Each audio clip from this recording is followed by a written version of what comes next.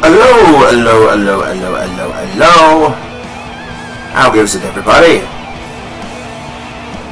How does this keep happening? God damn it.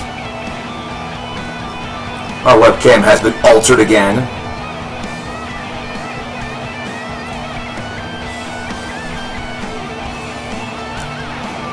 Well, we can just fix that real quick. I don't know what the hell this thing does whenever I'm not around, but apparently it just decides to have fun with itself. Oy, oy, oy. Angry and sick. I know that feeling. I've been sick all week.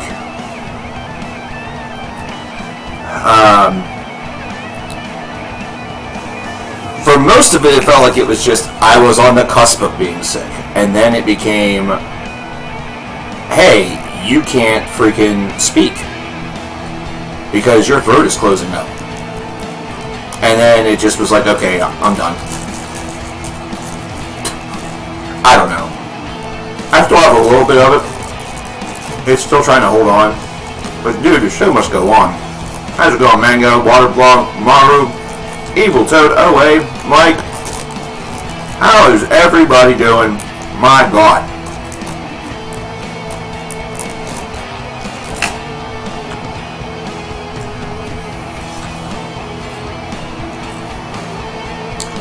Make things worse, I'm pretty sure that my sound card has officially decided to go to fucking hell.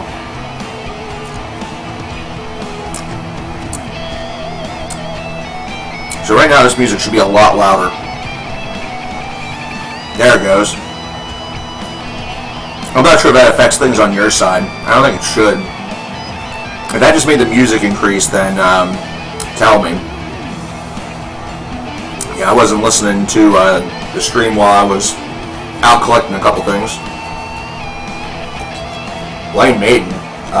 No, it had nothing to do with Maiden. It's everything to do with the fact that this computer's 6 years old. It's been, nothing changed? Okay, good. I'm glad that that's a problem that's only on my end. I'm A-okay with that. Good, good, good, good. That is exactly what I want to see. And want to hear.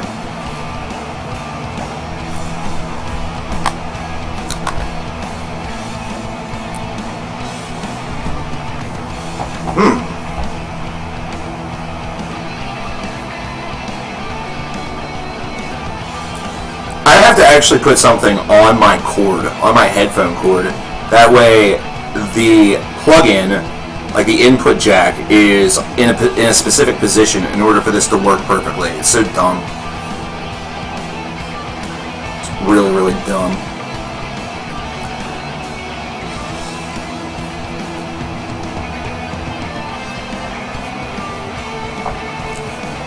That's life. That's life. That's a 6-year-old computer for you that has gone through probably a couple hundred streams. Probably about 3,000 videos, maybe.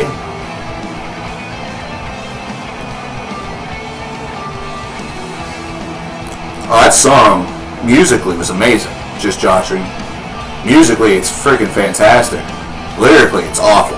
I mean, that was just, it was uncalled for. It was uncalled for. It was ridiculous. Like, somehow that song made Catharsis seem okay. What are you gonna do? What are you gonna do, you know?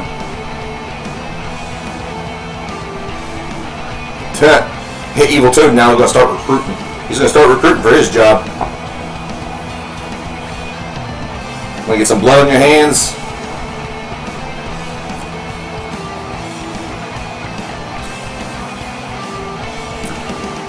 I think for me it was whenever he said that he influenced everybody. What's going on, Wesley? So we have we have some tracks to get to. I'm hoping that Meat Mun is actually here. I haven't seen him as of yet. Meat Mun, if you're here, I'm giving you a hail. Hello, hello. Kulu.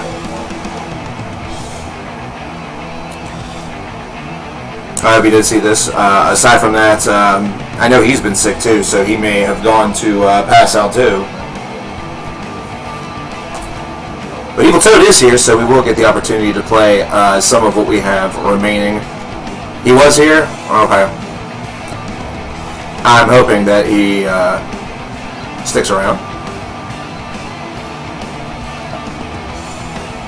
Holy crap. That's a really nice referral rate. Evil Toad. Yeah, I'm sure that he'll come by.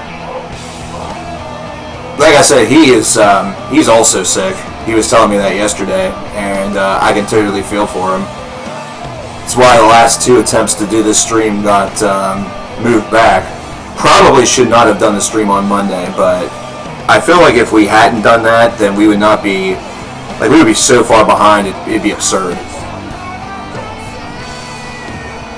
It'd be kind of crazy how far behind we would honestly be if that were the case. So I'm glad that we did what we did, despite the fact that it probably set me back a couple days.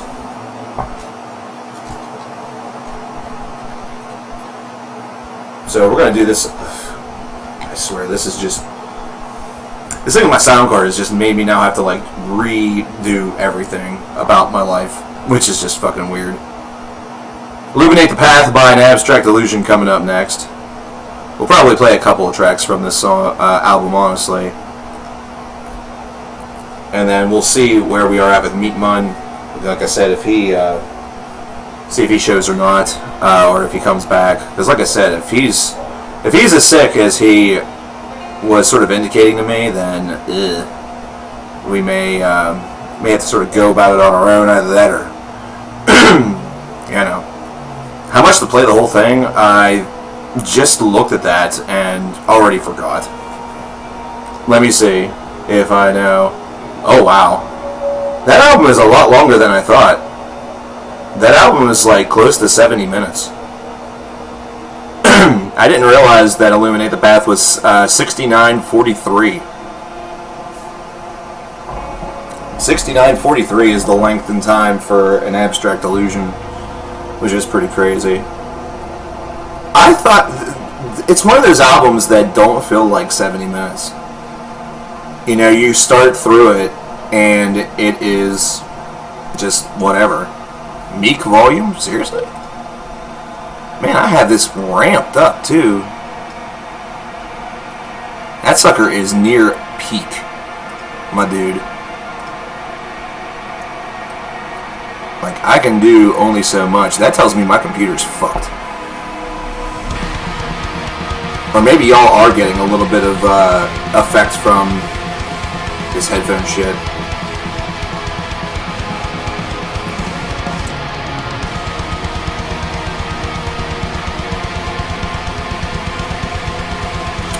Actually, hold on. Ah, wait a minute. I think I do know one thing that might be fucked up. Aha! Prepare yourselves. Things are about to get a little loud.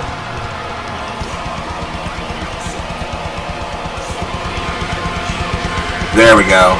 That should be a help. Yeah, that is on my side. That is actually on my side. I forget why I turned that down, but I turned down my audio to Chrome. I had to have a reason for that, and I'm not quite sure what it was. That should be better, right? I could probably jack up the actual like YouTube audio a little bit more too. Yeah, that'll probably be good. There we go. Okay, cool. I'm trying to remember why it is that I turned that down. Because I usually don't have any... I think what it was is that I was trying to do like... I was trying to multitask and do 2 things at once, and the audio that I was getting from whatever I was like looking at on the internet was too loud. And I was also trying to listen to something, so I, you know, cranked the Google Chrome down to half. But hey, it's whatever. So yeah, that is my audio issue. That's cool. That's on me. My bad. It's all good now. But But yeah, listening and playback are going to be really, really fun for me over the next couple weeks or whatever, if this doesn't fix itself, which it probably won't.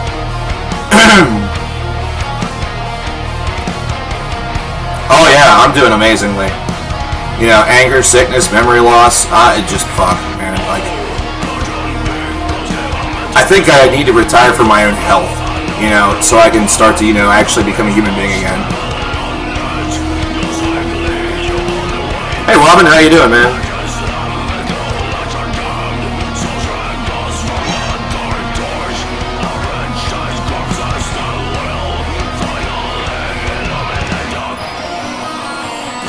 Well, I should probably stop this track right now. I should probably stop this track. Halt. We have to do this the right way.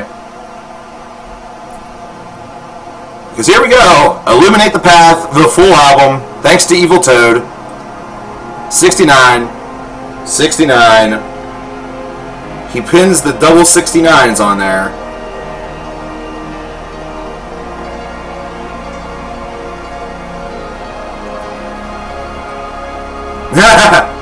Play the whole album. Also, nice. Well, as a result of you playing the entirety of the album, Evil Toad, I'm going to give you another track because we cut off the other one a little short. And I also believe that that was going to be a little too short anyway. I believe that Sunny Disposition was, what, 6.5 minutes? And that was off of a $23 donation, so you have like 17 minutes to play with, actually. We're going to go with that. I think that's a little bit more fair. And I'm not going to delete minutes because we played 4 minutes of that song. So I'm not a dick. I could be a dick. That video is proof. Although I finished that video for Do or Die with some actual helpful advice. I was being nice to Rob in the end. He says to himself, trying to convince himself he's a good person.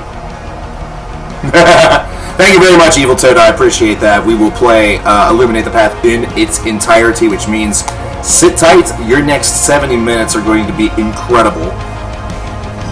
And if we end up only listening to this stuff, then yeah, that's fine. I may or may not waterblock it. You know, I would totally 100% understand if Meatmun went to, you know, get himself healed up. You know what I mean? I would totally get that 100%. We're definitely not going to be here all night. We may not get through all the Vector. It's all good. No worries. Oh, there's Meatmun. Speak of the devil. Hi there. How you doing? How about a wager? I don't know, I got basically space bucks at this point, considering all this hard-earned donating money is going to be going toward shit. What up? How long do you think you and Maru are going to last?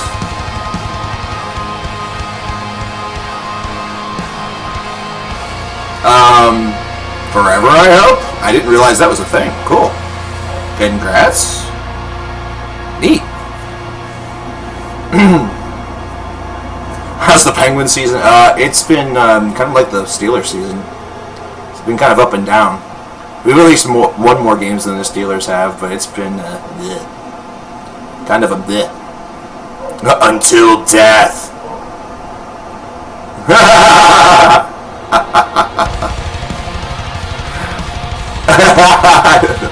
Wait a minute, I took that the wrong way. I was about to say, how long do you think me and my tech department will last? I thought we were having one of those types of, like, weird conversations.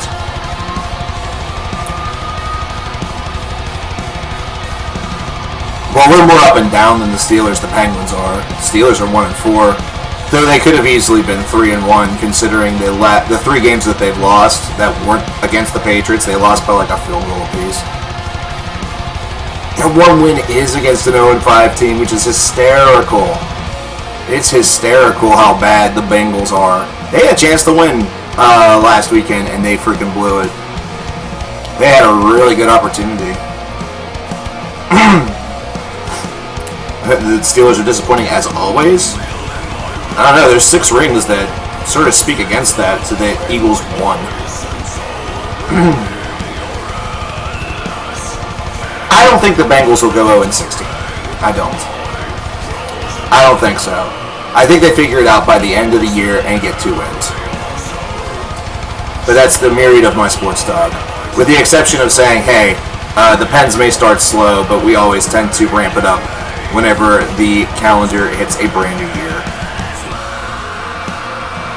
Ugh. Uh-oh. I'm losing it.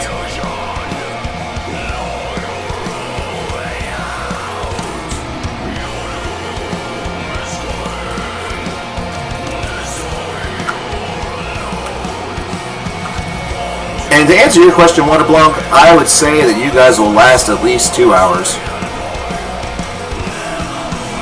I say you last until a little bit after 7 o'clock my time. Although I don't know, it all depends on what y'all been doing today. How much for Mers beat? Again, I would need to know the official length.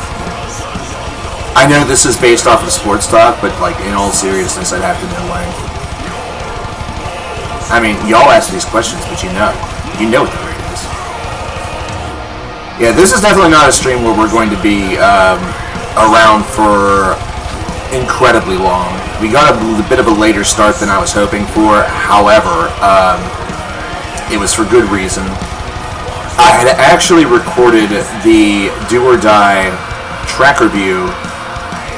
I had a version that I was considering, well, not considering, I was basically just about to render it and post it. It was actually 2 minutes shorter. But then I had forgotten the fact that Rob had mentioned in the song. I had forgotten to mention that he had mentioned in the song that he inspired everybody in the music scene, in the metal scene. And that sort of felt like a really, really important thing to not omit. So I went back in and re-recorded it. And that set the whole process back from, basically being about half an hour in to not being at all in. So literally, we got started the minute after the premiere. And I was happy that I did do the re-record because I think that re-record was a better review than the one I actually did in the previous video.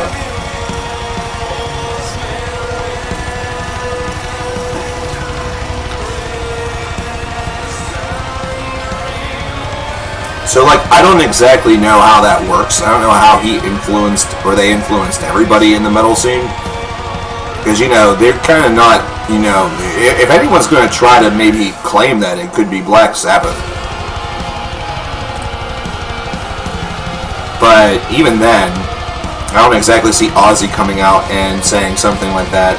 I particularly was happy with the re-record because I couldn't think of who those aggressive vocals, like those Corey Taylor style that he did in the second verse. I couldn't remember who that reminded me of. And then what I did was, before I did that retake, that reshoot, I stepped out on my porch and had a cigarette, and it came to me almost instantaneously. It came to me just like that. It was I walked out there, I lit up, I was going over my format, and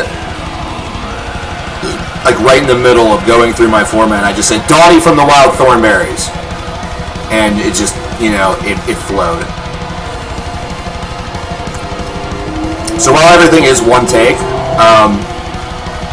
there are multiple attempts at that take, as is probably obvious.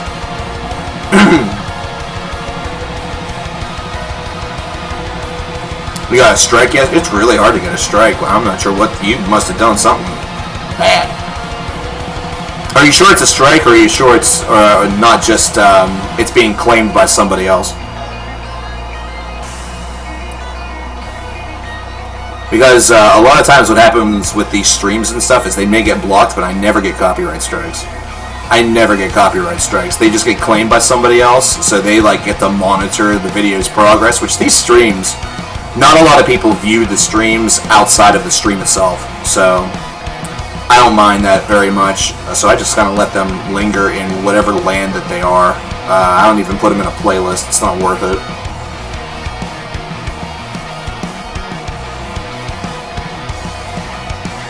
Why do they complain about Do or Die? It's... First of all, Do or Die's lyrics aren't even all that political. That's just being done as Rob throwing a temper tantrum over people that say that they don't like him or don't like his music. Like, basically the line where he says, ignore all the hate, is the biggest pile of bullshit that song has. Because through that song, he is directly showcasing the opposite. He is directly showcasing the opposite. Like, that is 100% a song that is just him lashing out. And he was inspired clearly by Die Motherfucker Die by Dope, which is a good song, actually. Like, that's actually fun. You can listen to that song and get enjoyment out of it. Both, you know, even with the hokey lyricism of Die MF Die, even with that, you can, like, sit there and enjoy yourself. You can actually enjoy yourself a little bit with that song and just sort of chuckle at it, because it's not to be taken seriously. It's just an aggressive song. It's not meant or like targeted toward anybody individually.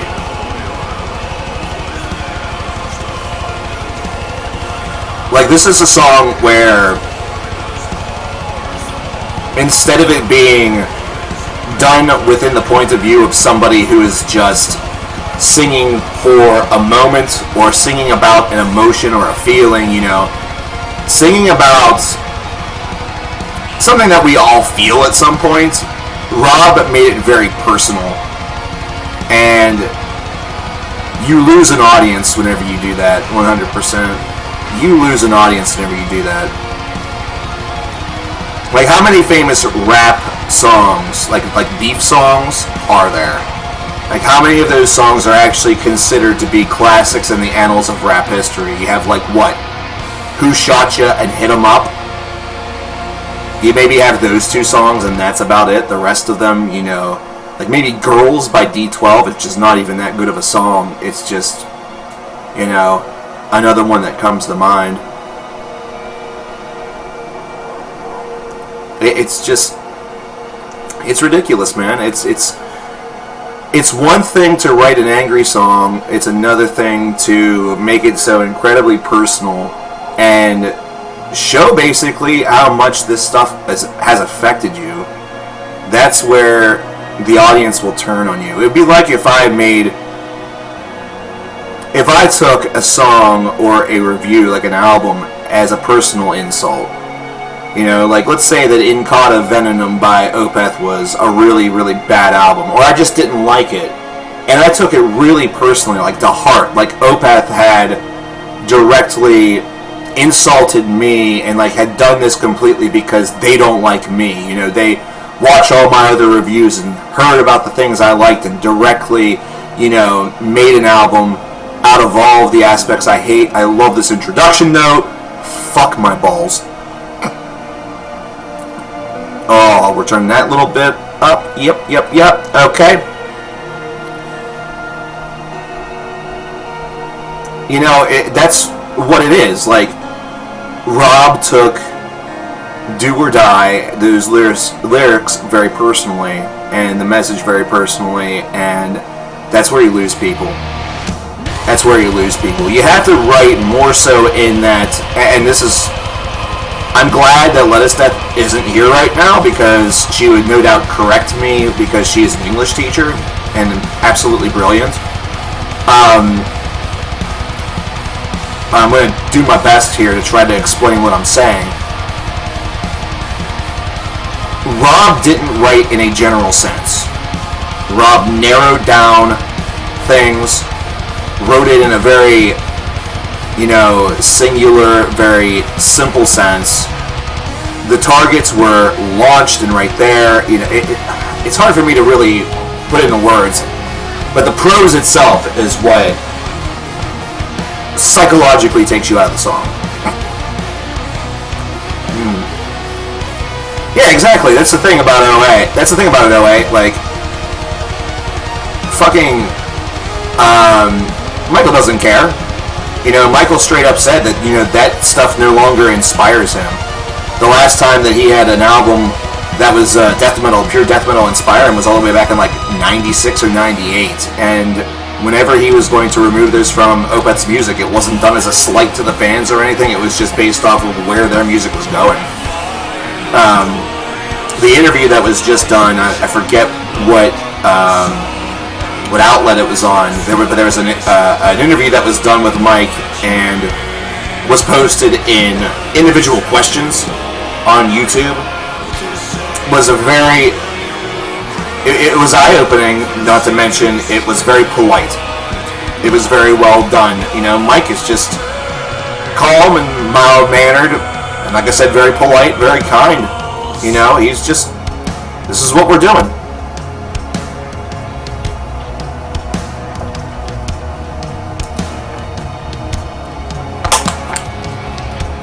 I see that you watched the interview, OA. Yeah, that's right, it was Domination by Morbid Angel. All the way back in 95. Which is amazing considering, I'm trying to remember which member of Dark Tranquillity. I think it's, is it Michael or is it Hans? Tomas, maybe? One of the members of Dark Tranquillity is a huge fan of Opeth. In fact, posted a photo on Instagram of spinning the new vinyl with the official Opeth wine, which is crazy considering that was like a limited release thing. So I'm surprised he didn't have a mention for that. But once again, these are guys that I think they really don't care if they get inspired by each other's music. It's just like they just enjoy the stuff. They just enjoy it. You know what I mean?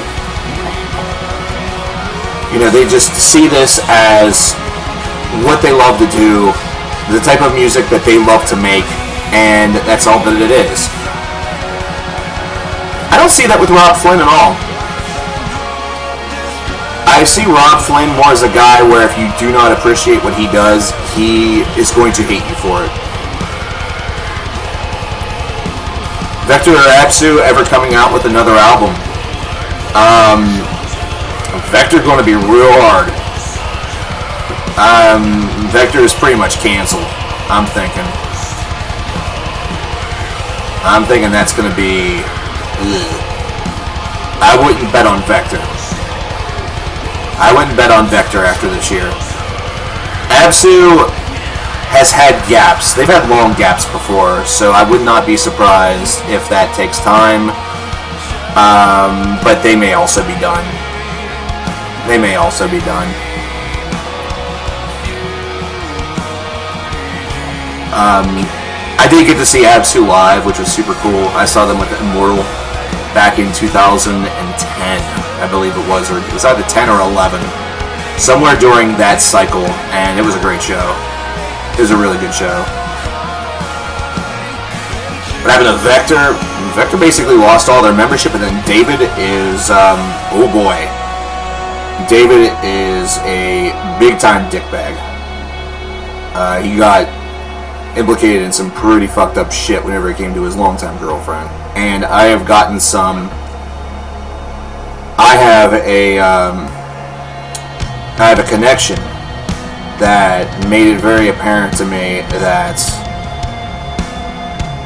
things of that variety and or worse have been taking place since as early as 2012. And that the folks in Malevolent Creation aren't really all that great of people either. Mono the Well will probably not have another album. Principally because Toby is focused on his work with KO. Toby is focused on his work with KO. And Greg Massey is no longer doing ballad set. He's now doing some entrance music for some like local wrestling federations and trying to get into some things that way. He's doing his own thing. The Maudlin album Part the Second was a crowd-funded deal, and I think they only wanted to do that once. I think they wanted to do that to gauge interest, and whenever they saw the sort of outpouring, they wanted to deliver a good album, which they did, and that was it. I know Toby is real happy with KO Dot because it's a little bit more... I think with KO Dot he has less expectation of sticking to one style, which Maudlin was very creative and did not stick within a box at all. You know, it's still extremely avant-garde. But even if you listen to Part the Second, you hear a little bit more influence from where Toby's mind was creatively and where Greg's mind was creatively at that point, as opposed to what it was like whenever they were recording Bath and Leaving Your Body Map and the main 3 albums.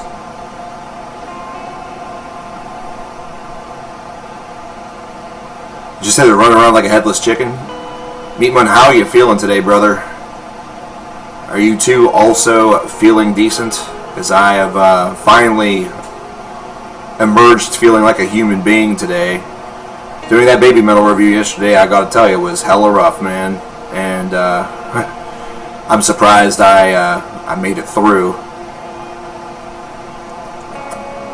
Because my throat was closing the fuck up while I was talking.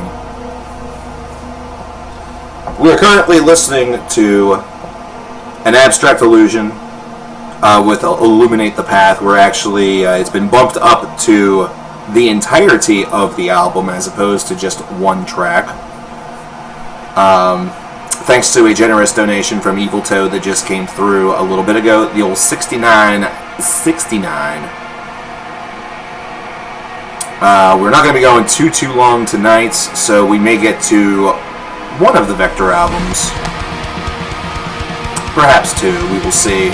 We just currently discussed Vector's Situation, which definitely needs to be done considering the response to the stream announcement that was to happen on Wednesday but ended up not, considering things in Vectorland are not exactly very good. Would not expect the same level of support that they once got based off of things that have happened.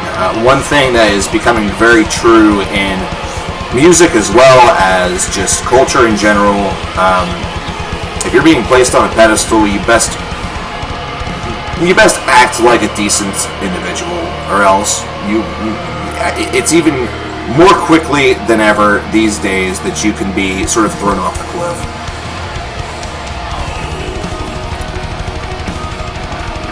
Is it needed for a video for the future of Metallica? No, really not. Oh God, no! You're absolutely right, Meatman. All those little like little shrapnel pieces and like the dust and stuff. Oh God, I'm sure that's terrible. Oh jeez, I am sorry. That feels very much like on Tuesday, and I think what actually made me worse, where I couldn't stream on Wednesday. Faith needed a tire change because she had a big blowout. So getting in some of the fibers and the stuff from the tire, as well as from the ground, considering I was like right there at ground level, because her jack sucked. So I ended up using mine from my Buick on a freaking like 1998 SUV. Wouldn't think it'd work, but it did. And I was feeling pretty good Tuesday afternoon, but immediately after doing that, I started feeling like garbage. Like I just immediately went downhill in a hurry. Because my plan on Tuesday was just to rest up. Like I didn't have any plans to record, I didn't have any plans to stream, I was just going to rest. I was going to sit on my ass, take medication, sleep if I needed to, do all that shit. So that's what I wanted to do. And I'm not saying it got ruined, because things happen in life, and you have to respond to things as they come. But it was just kind of an unfortunate thing that we had to deal with and take care of. I've changed tires before, not like that's any trouble, but kind of improvising like that and It's just all of the dust and the fact that it was kind of just... This whole week was garbage. This whole week was garbage, man. Like, I've gone through so many bottles of water, it's crazy.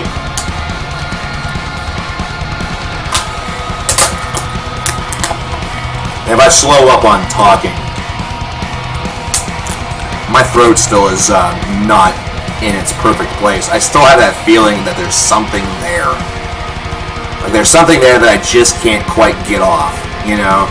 And I've done all the old tricks. I've gargled with salt water, I've gargled with mouthwash, you know, I've taken those throat sprays or, you know, honey drops or blah, blah, blah, you know.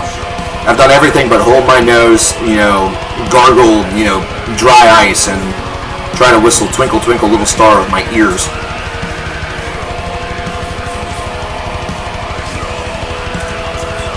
No, David thinks that he's okay, and that's the problem.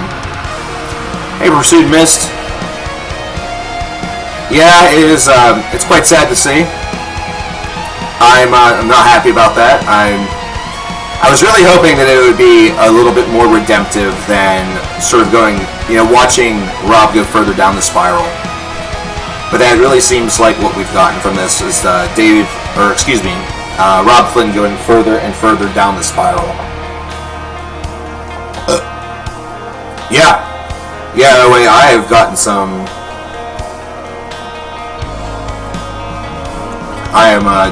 yeah. Usually, at least once a year, I get something fucking huge. So, and then this year it's been twice. The only reason why y'all didn't know about the first one was that it was during a period where I was not active.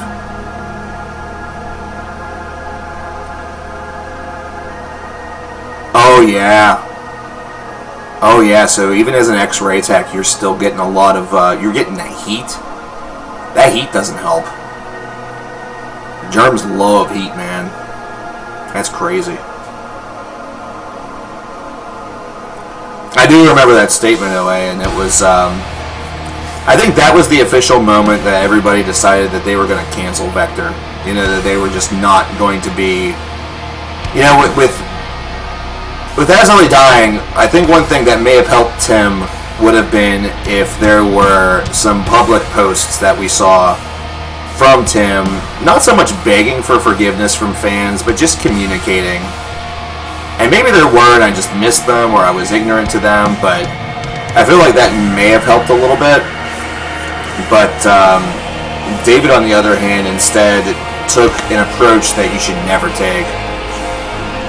Because the evidence clearly showed something, and he was trying to spin it a different way. So, not happy to see that, because, I mean, obviously, that's an album of the year band. As a group that won an album of the year.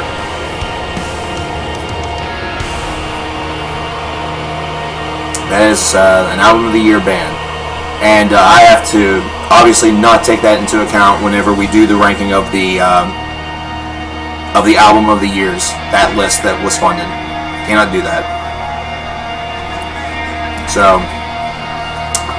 definitely have to see how that ends up going. See how everybody feels about things. What is this? Oh, Dunkin'. Oh, and a straw. What is this specifically? Oh, it's Poopsie Cola. I got Poopsie Cola and fries.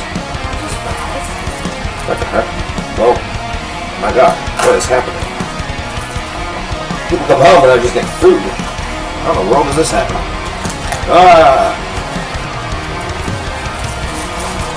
David from Vector.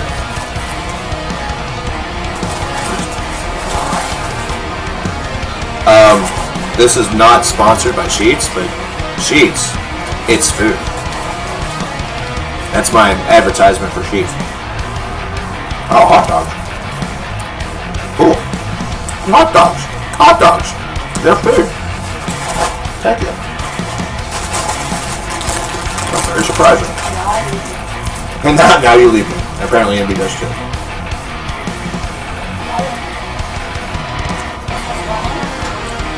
They can come in. Well, maybe. I have food, so. I don't think so.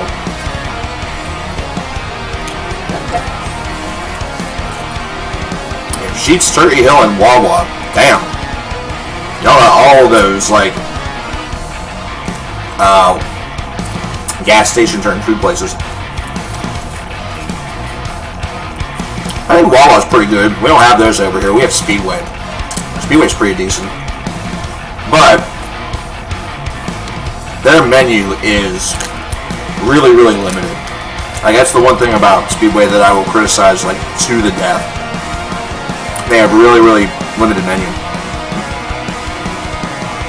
Yes, it's food. It goes in the mouth. Hey, you can blame Faith for this one, Morrow. I didn't place an order.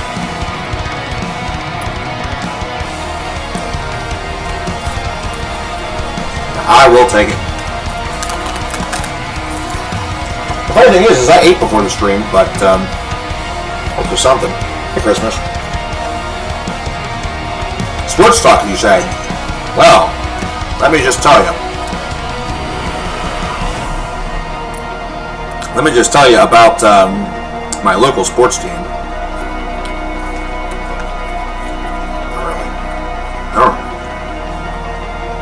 No? These fries are actually better than the last couple times I went to McDonald's. Which I barely go to McDonald's ever. $2 from Justin Neely. What you got to say? How you feeling today? I'm doing good. I've been able to buy more CDs lately. I'm doing better with my finances. I was able to pay off some of the debt back last week. I need to be careful. I'm already spending more than what I should. Buying and collecting music is what I love, so it makes me happy. When are you going to move? Hey Justin. I'm doing okay. I can't really complain. This is the best I've felt all week.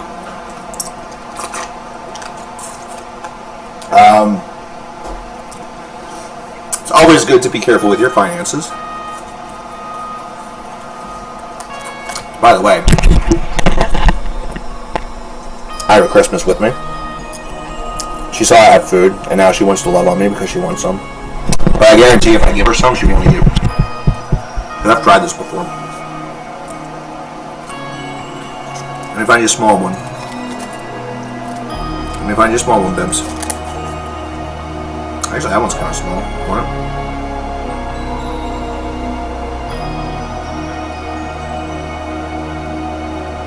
Yeah, she's just sniffing at it. She doesn't want it. We'll probably be moving sometime within the next month. Like, we got the place, but there's some things that need to be done before we can move in. So, right now it's kind of a little bit of a... It's not really like a waiting game, it's just... making sure that everything is ship-shape and ready to go.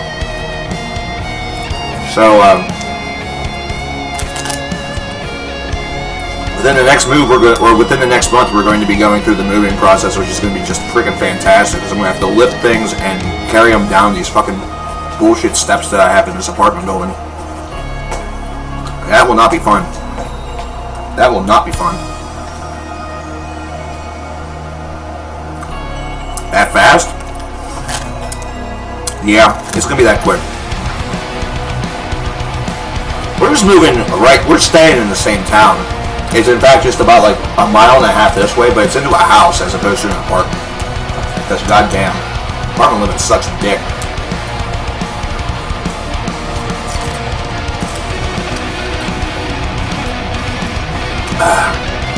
Well, I mean, we should be on for probably at least an hour or two.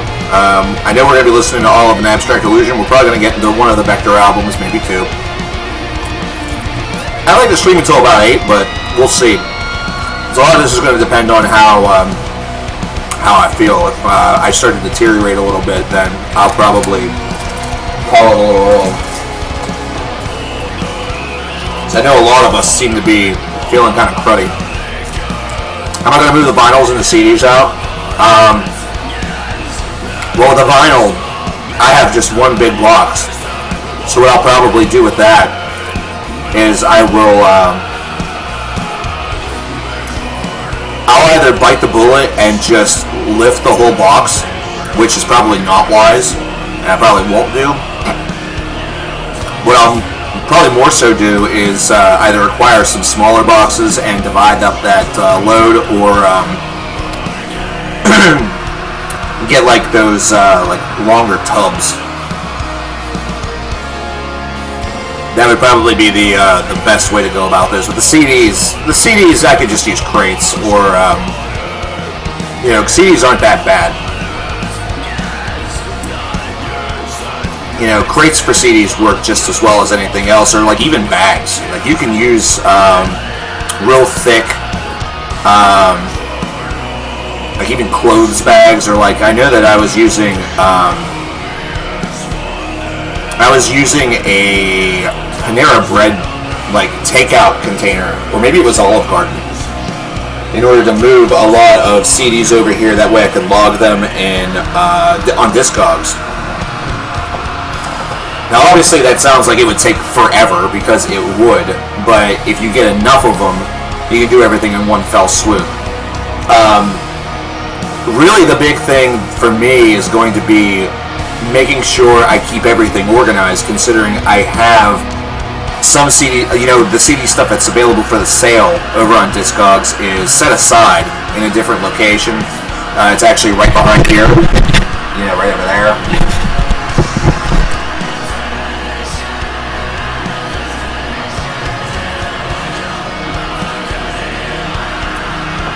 So I just want to make sure that I keep everything as organized as I can. I'm going to let Christmas out. I'll be right back. Hold on.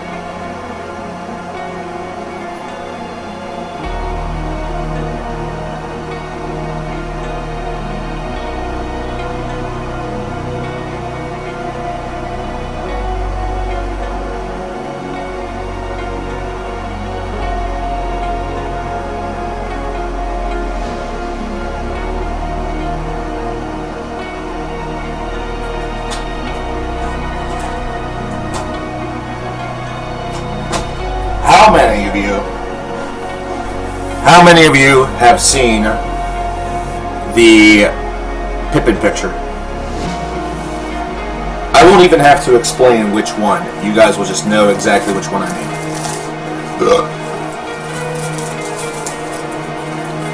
How many of you have seen the Pippin picture?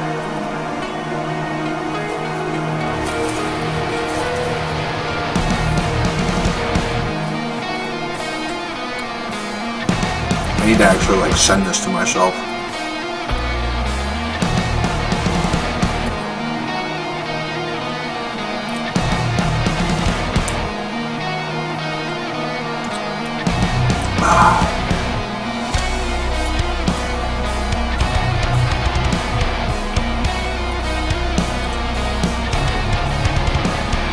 Let's all be civil, y'all. I see folks doing extracurriculars. Oh, not the movies.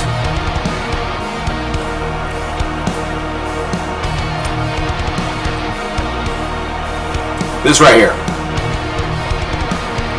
Who has seen the Pippin picture? Now y'all have seen the Pippin picture.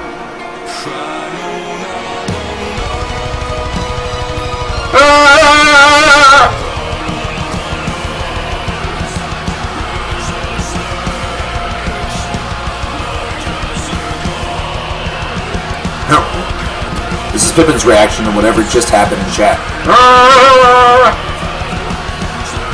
Anyway.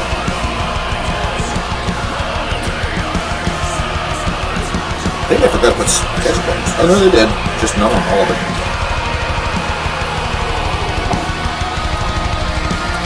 totally eating on stream and I just don't care. I'm one of those guys now.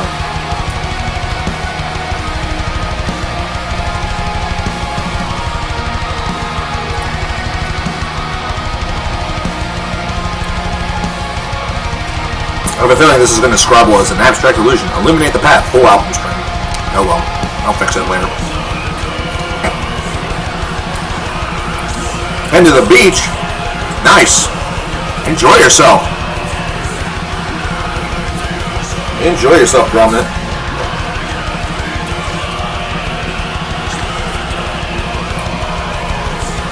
Yeah, I mean, come on. Womp, you have to ignore the haters. Do as our Lord and Savior Rob Flynn has told us to.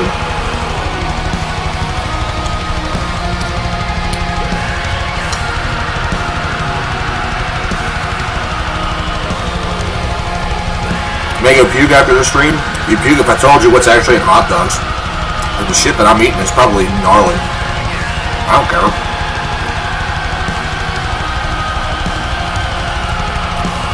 I only care if it ends up making me sicker. The thing is that if it does, I'll know exactly what caused it. See? Because there have been a few times where your boy has straight up seen some sick ass folk in the food service industry do some disgusting shit, and then expect someone to put what they just prepared in their maw after they, you know, picked their nose or did a bunch of gross crap.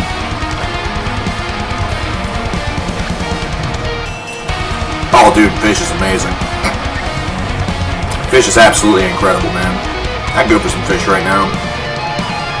Fish might be right behind pizza as one of my favorite things to eat. Nothing, no fish in particular either. Just like the concept of seafood is just amazing.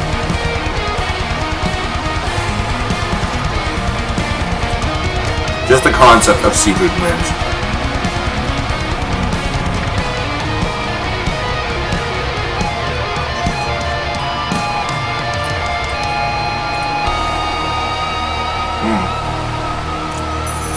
And I have seen some gnarly stuff. There was one evening at Subway back whenever I worked at the store, I straight up refused to eat there. Because as the woman was making my food, she sneezed all over it. And then after she like cleared herself up, tried to just raise her head up to me and continue on with the order. And I was like, no, we're not doing that. In fact, I'm not eating here. I was like, no, that's okay. That's the thing. Don't feel like you are absolutely required to, first of all, stay in the stream if you're sick. Please go heal and think of yourself. But second of all, don't feel like just because somebody has started your order, that means that you have to absolutely eat it.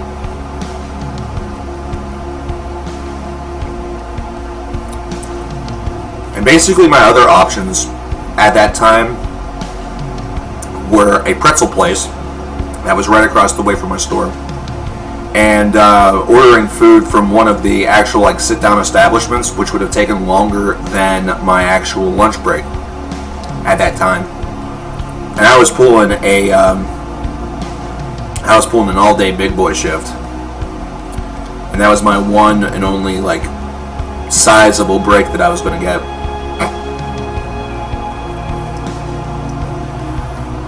So, you know, what I always would do during those shifts would be that I would get a Subway sub, I would eat half of it during my lunch, and then I would get a 15-minute break later on in the evening.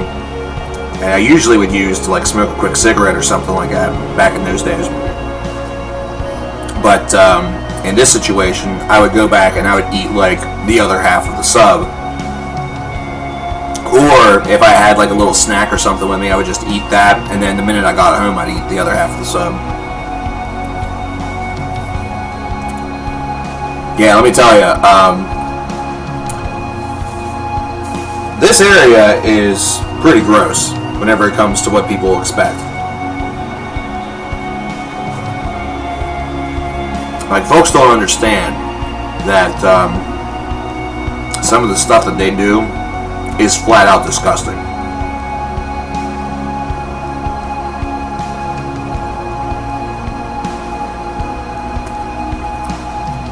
Like, it's truly just, it's nasty.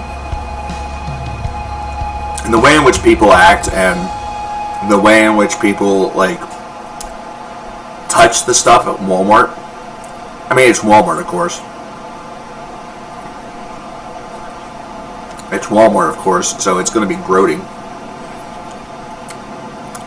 But if I can help not going to Walmart during the first couple days of the month, I don't do it, dude. I do not do it.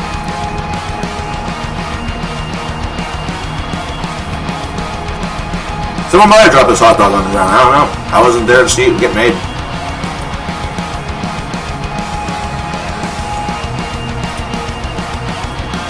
Who's to say that somebody didn't, like, spit in my pizza last week whenever I ordered that and it took 2 hours for it to arrive? Maybe someone was pissed at me for some stupid reason.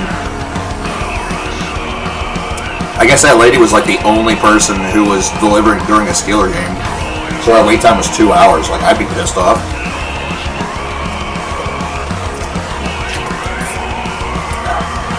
The couple of Ginger songs that I've heard I've liked.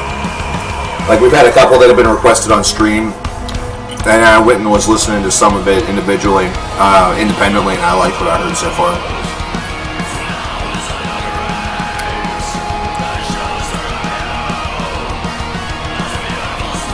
Oh yeah. Our brains are kind of amazing. It's pretty impressive. We could actually convince ourselves that we're sick. I mean, there are folks out there that believe that they are sick because they like the attention. Munchausen's patients, man. Now theirs is more of a mental disease, considering they're doing it for attention and not because of actual illness.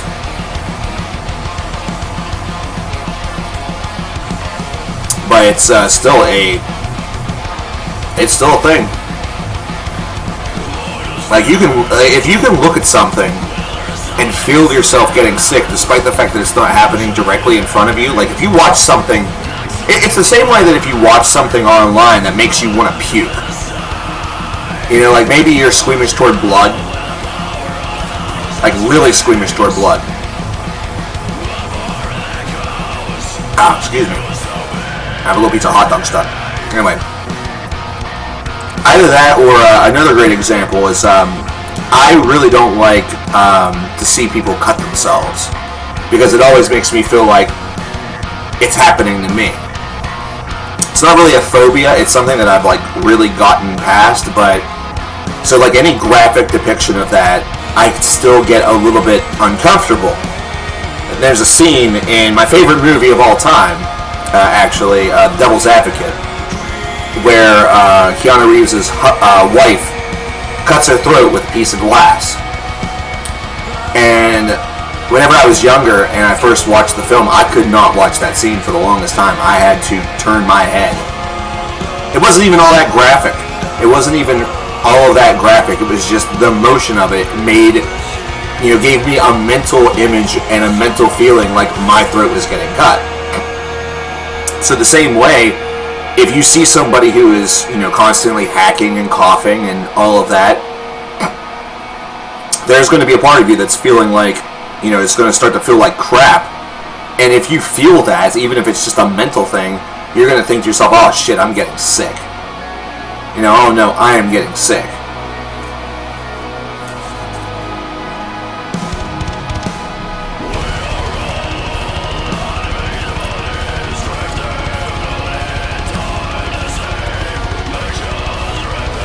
Yeah, you are not sick. You are not sick. You are not sick. I am not sick. I am not sick. I am not sick. Don't watch Hereditary? I wasn't really planning on it, to be honest with you. The last movie that I watched was Tales of Halloween, which was a collection from, I think it was 2015. It was a horror comedy. I really like horror comedy a lot. The very, like, Evil Dead style. film. Movies that you can have fun with. They're not really aiming to scare you all that much, but if it actually happened to you, it'd spook the shit out of you. You know what I mean? Like, I think that a lot of horror movies these days really miss the mark of what makes a good horror film. You know?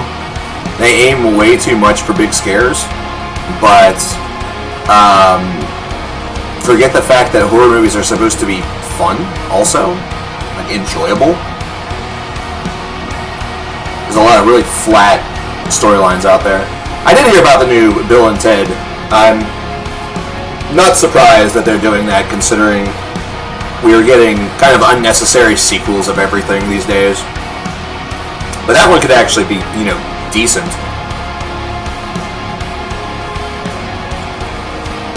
Although, considering they've aged, like, what are they going to do? Are they going to make it like Bill and Ted in Middle-Aged Mania?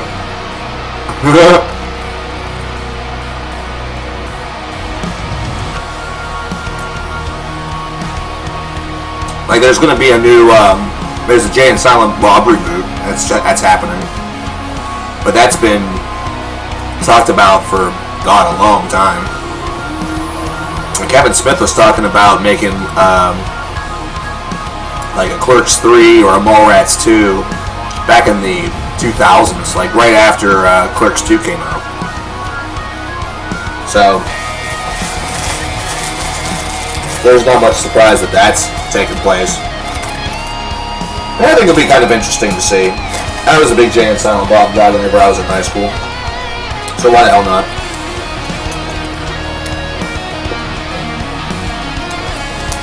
And apparently, Tony Todd's coming back to play Candyman one more time in 2020. Which, that should be pretty cool. I always thought the Candyman series was pretty darn good. I think it's mostly because it didn't get a trillion sequels. I think it only got, like 3? I think it really helped it out. Once that little bit of a heat gets taken off of these fries, they start to suck.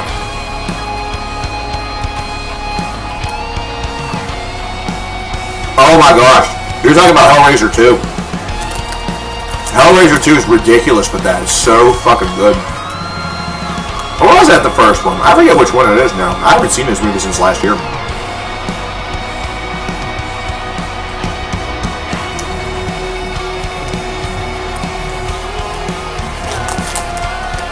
Well, I think the reason behind it is because nobody in Hollywood has any trust that an original story or something new will have the ability to draw, because there's no source material to go off of, or the source material is not known by enough people.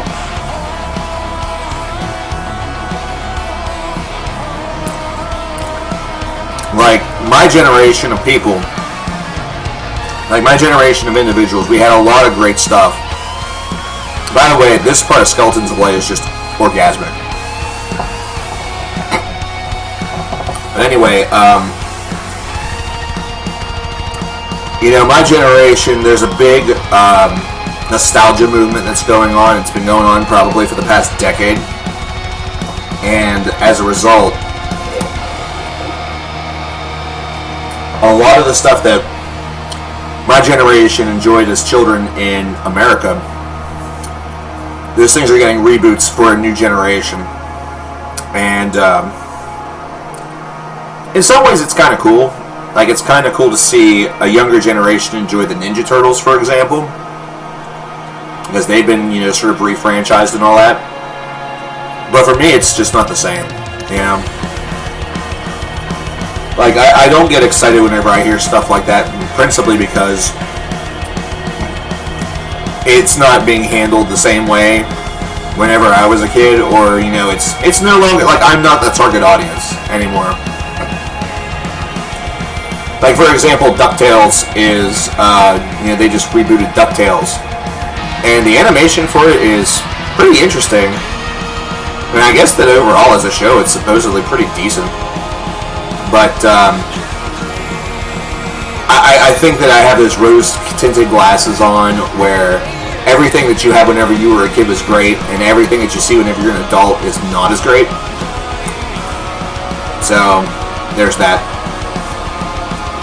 What's on the queue? Right now, we have an Abstract Illusions Illuminate the Path, which we are listening to in its entirety. We're actually almost done. And then, after this, we're going to be going right into some Vector. We're probably going to be listening to one of the Vector albums tonight, and we may get to a second one, we may not. We will see. It'll be a bit of a shorter stream. We got started a little bit later than would have been ideal. However,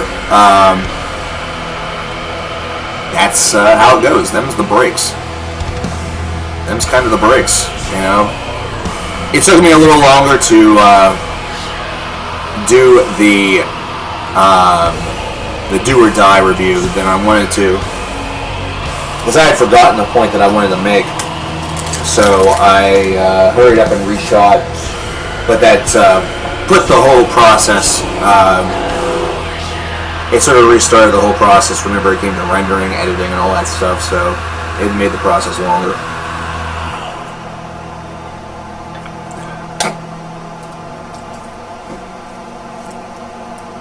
I'm sure that there will be another Wolverine actor, even if it's something that doesn't happen for 20 plus years and it just becomes a new actor that's doing a new generation of Wolverine films or X-Men films. Because the thing is, all this stuff that you see right now, once it finally dies off, in about 20 to 30 years, it'll get reboots. I mean, look at some of this stuff. Some of this stuff is getting rebooted less than 10 years after the last film. You know? Like, if you look at what they did with Spider-Man. If you look at what they did with Spider-Man, after Spider-Man... You know, Spider-Man 3 was just the middle part of the 2000s. And then they relaunched it with, who is that? Andrew Garfield? They did those two films with Andrew Garfield. And now that's been destroyed, and now they're doing Into the Spider-Verse and all that shit. I have not seen Logan yet, no.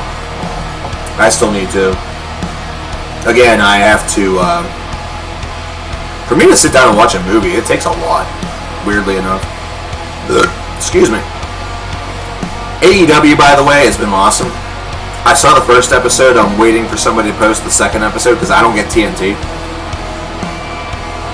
But I'm super hype about AEW. I really liked what they did and how they presented it. The only thing that the only thing I'm critical of for AEW, and this is like the stupidest and smallest thing, the little bubble that they have right next to the wrestler that indicates their record needs to be bigger. That needs to be bigger. And it would be really cool to see like a bigger standings card.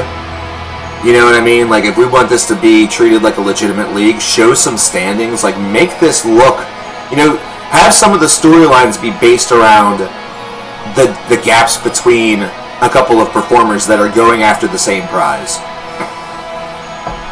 You know what I mean? I think that the more that you kind of go with something like that, even if people understand that it's a work, they're still going to be interested in it, because you can build storyline based off of record 100%. In fact, you can do it much better than having records be meaningless and doing 50-50 booking. WatchWrestling.in, I am not familiar with that at all. Is that here on YouTube, or is that a website? NWA's new show is super cool. The Power Hour was really good. Not to mention the Tim Storm, Nick Aldis match was excellent. Oh, it's a website? Okay, I'll have to check that out. Yeah, I have seen the first episode of Dynamite, and I did watch it on YouTube. So I'm wondering if maybe I just need to wait a couple days, and then they'll post the second episode. I haven't watched Dark yet. I need to watch Dark. I need to watch AEW Dark.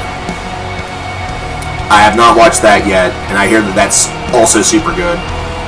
I also heard that the Bray Wyatt Seth Rollins debacle from last Sunday was made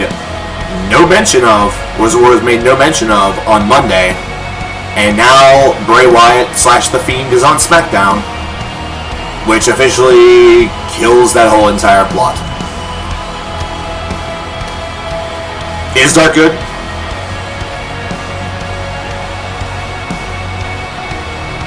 Yeah, it's the same NWA. The OG German iteration, huh? I know Germany has a couple of, they have a couple pretty solid indies over there. Isn't that where, what is that, WWA is? Or no, WWX. Isn't that where, like, World Wrestling Extreme or something is from?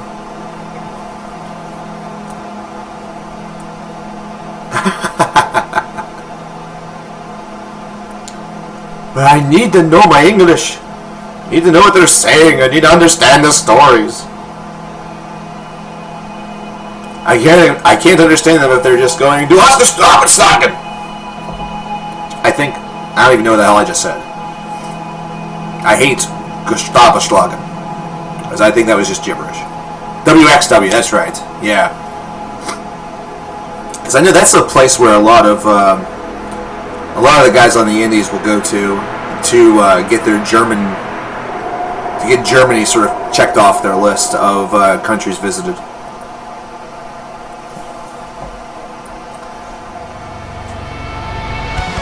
By the way, this album ends with a Vendor cover, so enjoy this. If this song sounds familiar, that's why. Do I speak it to English? See? What happened to the dubstep genre? It's still out there. It's still out there. I felt Timothy Thatcher is also, wasn't he in line for Progress? Wasn't he in line to become like the Progress World Champion? Or was he in the hunt?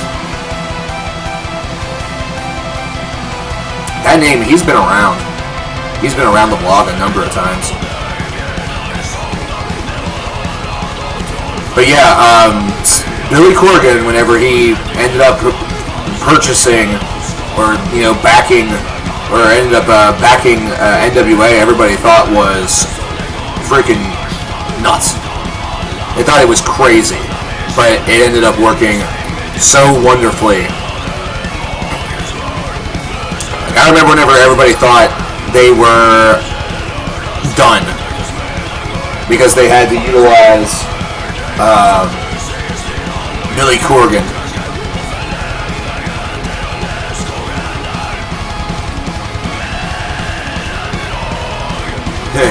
Yes, Mads be Danish.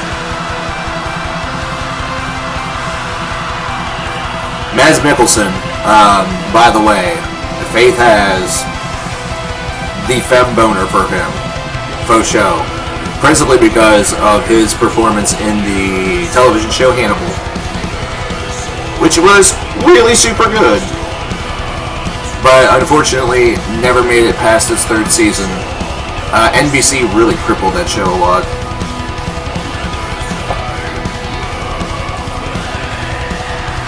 Oh, Smoky Mountain. The thing that you're going to see, I think, a lot in the next 10 years, you're going to see a lot of super indies, I think, develop. Ring of Honor right now, I think, is in some trouble, if I'm being honest with you. Ring of Honor, I think, is in a bit of trouble right now. And I hate to admit that, because I liked, and still do kind of like Ring of Honor, but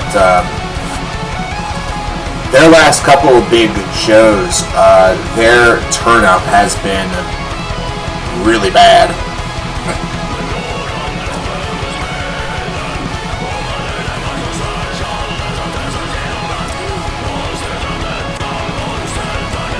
Why is Fred Durst so much? This is a dick.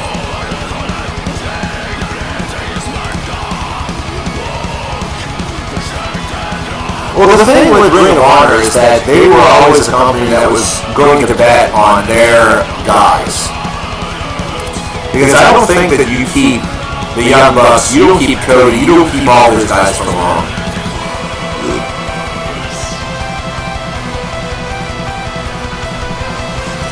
Like, those folks don't stay beyond what their contract was. You were going to lose them anyway. I think you were going to lose just about every single one of them because they were getting so big. And before the AEW announcement, the only other option that there was to basically go to WWE. So if they never had any prospect for AEW, then maybe they would have re-signed. But, you know, all things considered, I still don't think you're keeping those guys.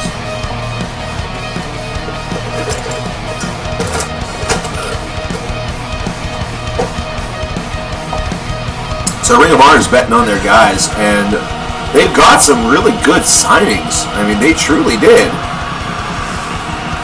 And that's why I was a little bit, like, I was really kind of disappointed in the you know, they got a ton of Fairweather fans. They were only there because of the Bucks and because of Cody, and they weren't going to watch whenever they left. And that's a shame.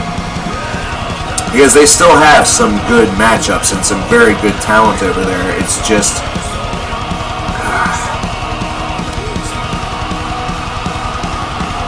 It's amazing how many people showed up in the buildings for just those that they lost.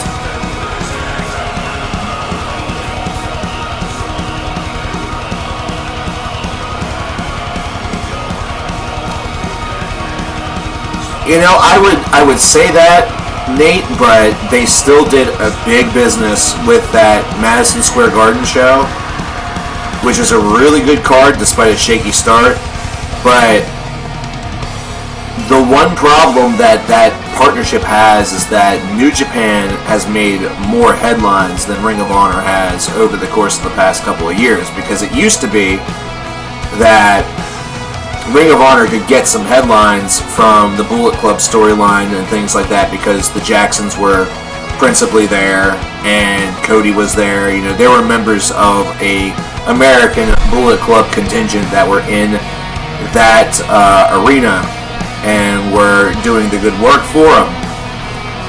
And they got, I think they get reliant on Jay Lethal also, as, you know, to carry them as champ. I feel they shouldn't have given the belt to Roosh. I feel like Taven should have been the Giant Slayer. He should have been the one to give the one in everybody. And then you maybe wait and start a chase storyline, or, you know, even if you have to have Taven cheat the win, he's a heel. You know, it makes sense. But, I don't know. I think that was a foolish move. I like Roosh a lot, though. Like, that's the thing. I love Roosh as a performer, and he's incredible. He is absolutely incredible. But I wouldn't have hot shot the belt on him like that. I would not have. Oh, Nate was modded a while ago whenever he was going to post something, which didn't even work. I just never took it off. Because why? I don't know.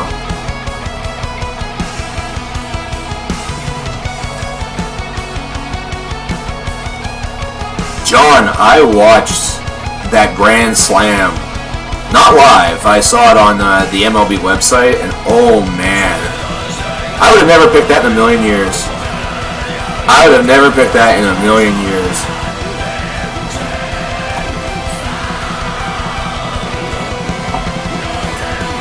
And the Cardinals, the way that they handled the Braves, I was not as surprised because the Cardinals always show up in the playoffs, but I figured that Atlanta team was a lot better than that. They were going to be able to take care of them, but whatever. Yeah, TNA went through a huge downturn period. They went through a lot of crap, actually. And now it looks like they might be on their way to becoming the number 3 again. Which, of course, usually, you know, they used to be the number 2. They used to be the number 2, but with AEW in town, now you're just going to have to hope to be number 3. Saving our season? What's that? You have no idea what I'm talking about? It's all good. American or international wrestling is... It's one of my things that I'm apparently very good at knowing things about, because I watch a lot of it because I'm a big, dumb, stupid head. I'm a real big, dumb, stupid head. Let's face it. Everybody knows it. Everybody shows it. Okay. Okay, so we are going to go all the way back to the year 2009 with our next album that we're going to be listening to, and perhaps it may be the final album that we listen to this evening. Meatman was very, very generous and wanted to hear everything and anything by the band Vector.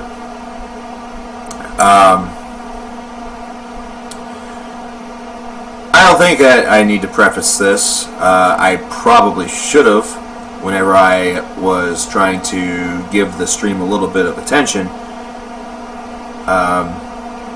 This was donated for. Whenever we're here, whenever we do this stuff, you can donate for song requests, for songs to be played in chat. It's $1 a minute. I mention it all the time. This is for a bid war that ended last week. Vector as a band, the music is excellent, but David from Vector as a human being is a piece of shit. I don't think that really needs to be said. I think that most of us know what happened.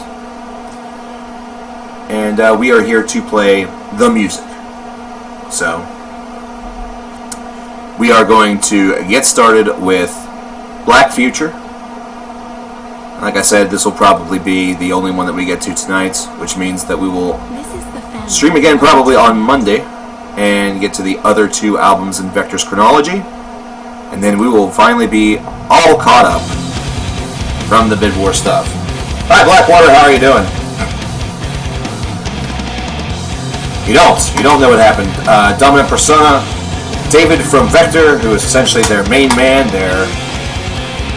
basically is Vector. Is a spousal abuser, and a pretty serious one that apparently has been doing some pretty terrible things to his wife for a number of years, and shows no sorrow and no repentance for his actions.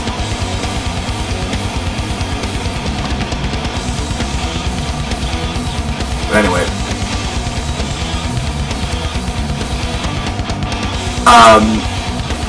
again, Evil Toad.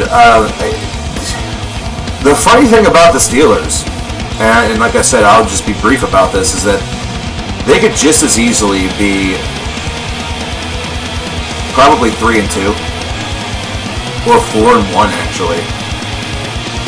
Like the only game that their asses were handed to them was the Patriots game. That was it. The other 3 losses were all by like 3 points or 4 points. They were very close games. So, I don't know, like, they are a team that is learning about themselves, but, yeah, it is what it is. The Dodgers should fire Dave Roberts? Dude, I disagree with that completely, only because I understand they haven't gotten the job done and won the World Series, but they made it to the World Series 2 consecutive years prior to this year, and then, I mean, some things are just baseball, some things are just baseball. Yeah, if anything, maybe they should consider a trade of Clayton. Clayton just may always go down as a player that is ineffectual in the playoffs. Should Tomlin be fired? Absolutely not. Absolutely not. I don't buy into that at all. Our offensive coordinator should be talked at sternly, though. Our offensive coordinator should be talked at very sternly, though. Pulling the Wildcat offense on the 5-yard line, you fucking moron.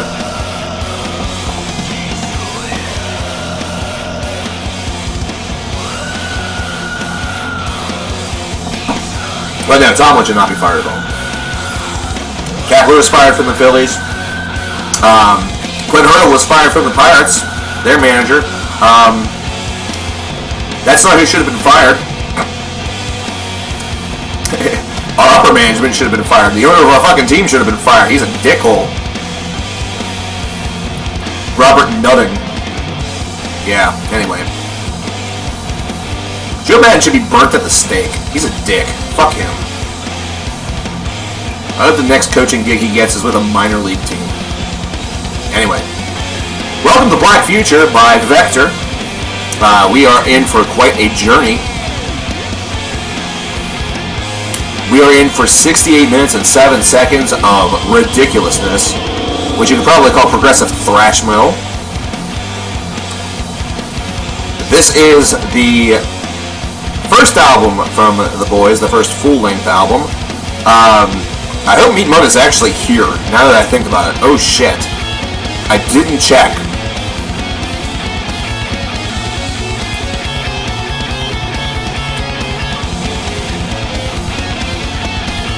Waterblunk, I actually do not know the answer to that question. So, I do not know.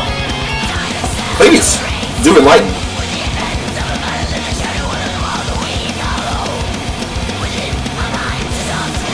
Oh, the new Baby Metal's great. I love the new Baby Metal album a lot.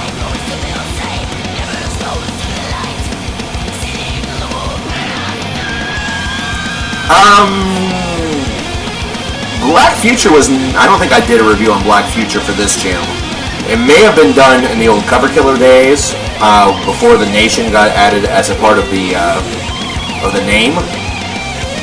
But I believe the only two albums of theirs that I covered in a review were Outer Isolation and Terminal Redux. But yeah, the new Baby Metal just made me smile. I like that disc. Metal Resistance is still a better album overall, but Metal Galaxy is solid. I like it. It's creative. That's what I like about that fact. You know, and I'll give you a modern example. I'll give you an example of comparison. Baby Metal's Metal Galaxy was extremely creative. It sampled into various styles. It took risks. It did some things that people weren't expecting. Whereas Lacuna Coil, who perhaps released their best album since, what, like, God, Dark Adrenaline?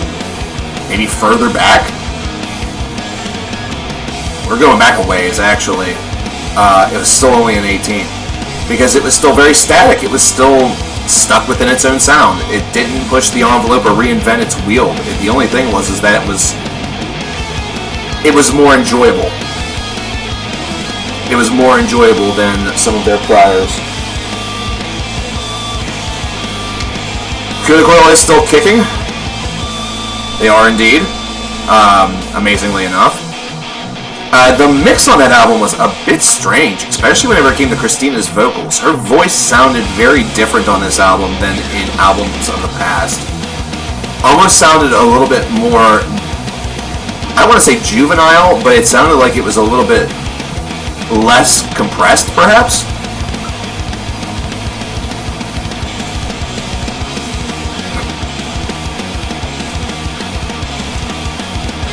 Boston go back to the Cup? No. Absolutely not. $1 from Justin Neely said, if I could drive, I would make a road trip and come up there and help y'all with the move. That'd be fun. If you're ever able to travel down here, we have several fish restaurants here in the West Monroe area. I had some fish earlier. After you receive this message, I gotta leave and help my dad with firewood. I'll see you on Monday. Hey dude, I know that feeling. I'm surprised I haven't gotten a hail from my father in the past couple of days. I sometimes work with them up at a amateur radio club that is here in town. Same place where I go and sell once a year. They were doing some stuff today, but I have a feeling he didn't contact me because he knows I've been ill for the past week. But anyway, hey man, have a good time. Enjoy yourself. I have to do a tour, man. Some sort of tour. Even if the tour just basically means I go to where people live and just hang out with like a day or two. Now, Boston doesn't make it back to the Cup this year because it's really, really hard to get back to the Cup in 2 straight years. it is a really, really hard thing to do, period. Winning is even harder. That depends. They just did it. And they did it a different way each time.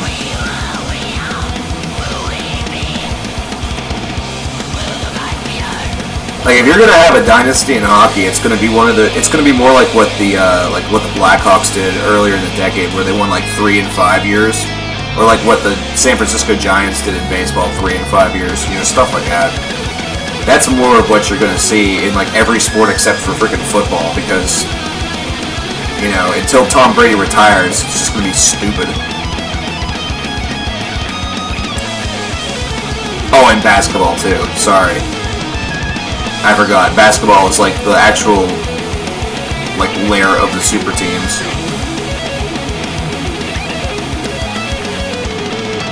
Does Come Alive sound really dated? That's like, if I remember correctly, that's the last album of theirs I really liked. I liked a little bit of Karma Code, but not much. But yeah, In a Reverie is going to sound super dated, but it has some pretty decent material on there. Their second, I'm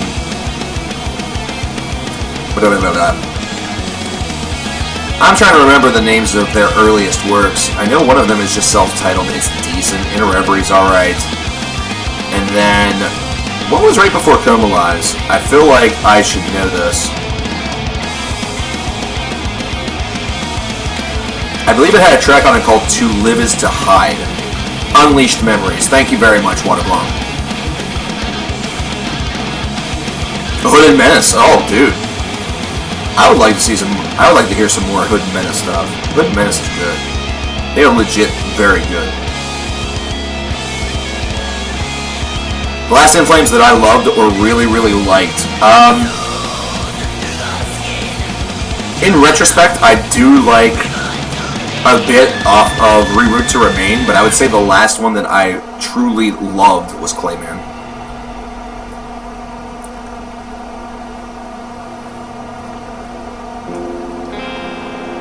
Antonio Brown, oh gosh. Oh man. I wouldn't welcome him back. He deserves to play if he wants to. I guess. I don't know. Not really. I don't know. The dude is he's an idiot. He's the biggest some of these guys, I don't think they understand. I really don't think that they understand what they're throwing away. And the thing is that unlike Colin Kaepernick, who people say threw away his career over protesting, he at least did that for a good reason. He wasn't just a selfish, irrational moron.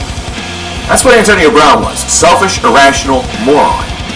And now he's out of football. And now he's no longer going to make that money. And he's already talking to the Patriots like, hey, you might as well bring me back because you gotta pay me, so I might as well earn it. Huh?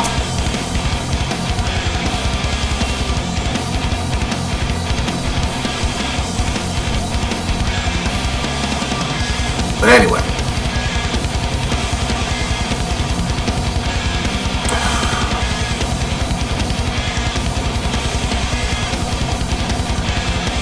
The funny thing about sport is that I could really run my own broadcast solely on that fact alone, for one.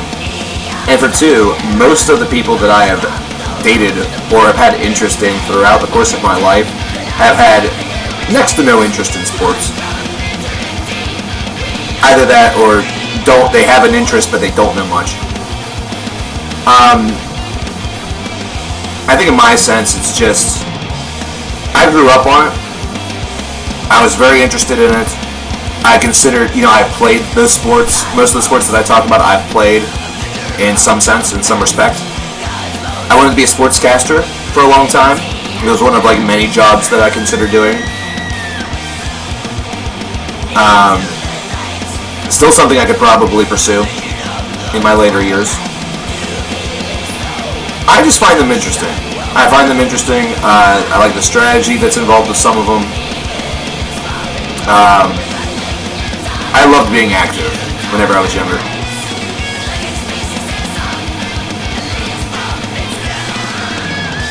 Am I going to finish reviewing the Rush discography? Nah.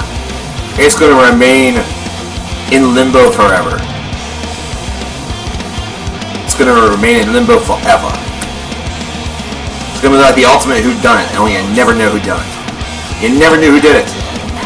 It's going to be like that game of Clue that you play with your friends, but before you figure out exactly who it was that did it, and with what, your mom calls you all home. You know? You gotta go. You gotta go. Because if not, then your mom's gonna beat your ass. She's gonna actually get the candlestick and she's gonna whip you like Colonel Mustard. And you might be the one, you might be in the Clue game of some mad god.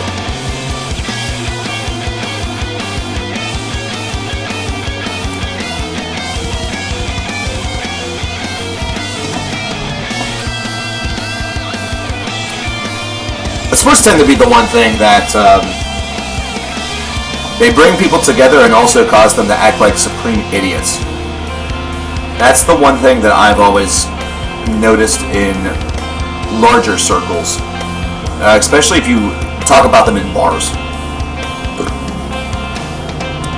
I find it a little bit harder to talk sports with strangers because I dance around things a little bit until I sort of get a sense of their personality. Because I'm not the type that wants to cause somebody to act like a moron because I said, Garrett Cole is a good pitcher. You know, inherently factual, but no longer is a Pittsburgh Pirate, which means that there's going to be some folks out there that will launch into a 25-minute long tirade about how the Pirates organization sucks because they let Cole go and blah blah blah blah blah blah blah blah blah blah. Yeah, we know all that shit. I didn't need a dissertation. If I wanted a dissertation, I would have gone to college on piratology.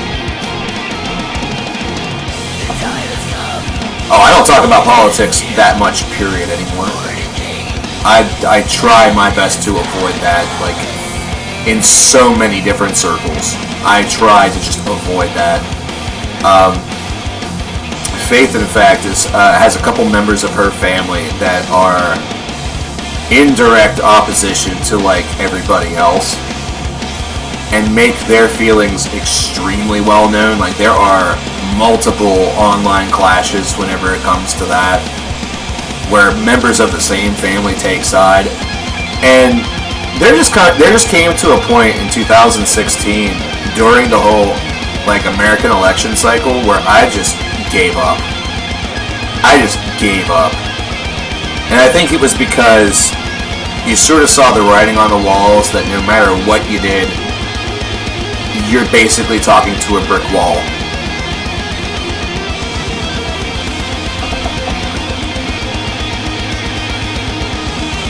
Lunar Strain doesn't gel with you?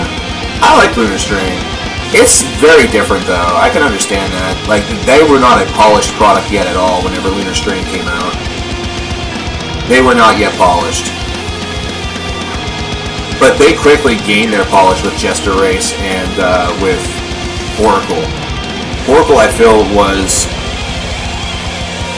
You kind of could tell that they were, like, what direction that they were headed, which was eventually going to become Clayman and... Colony and Clayman. Because you could notice that those songs were being written and presented a little bit differently on Oracle.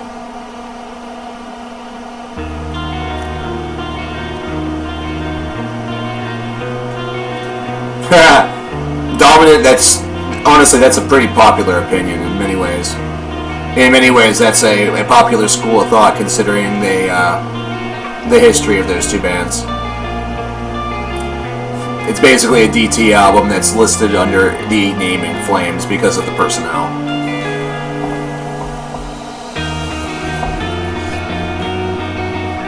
Oh, Evil Toad being in the middle. Oh boy, you're the worst of them all. Trust me, that's what I hear all the time.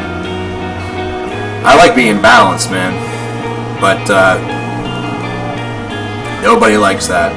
Nobody likes that whatsoever. Oh yeah, I was in the Dark Tranquillity quite a while.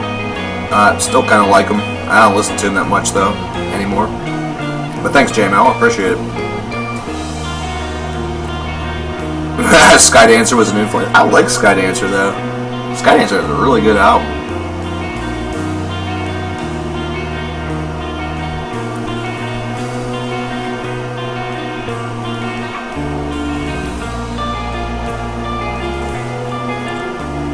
I feel like Meat Mun has disappeared.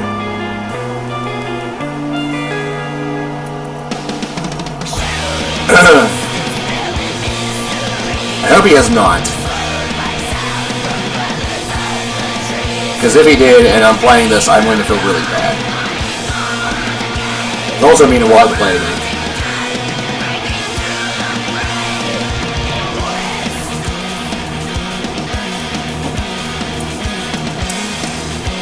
There's a lot of parents that are still not totally cool with talking about LGBT. That is going to be...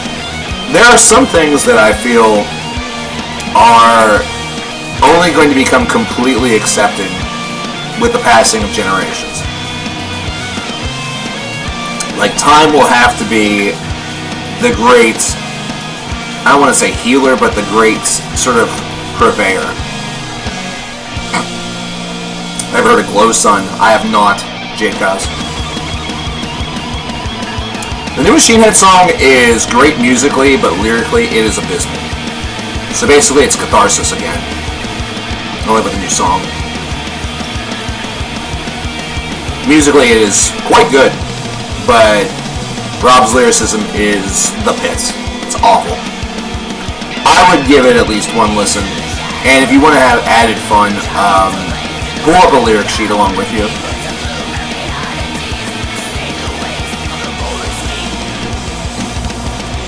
Like, honestly, the lyricism makes the song almost borderline unlistenable. Like, you almost wish that they just released instrumental material.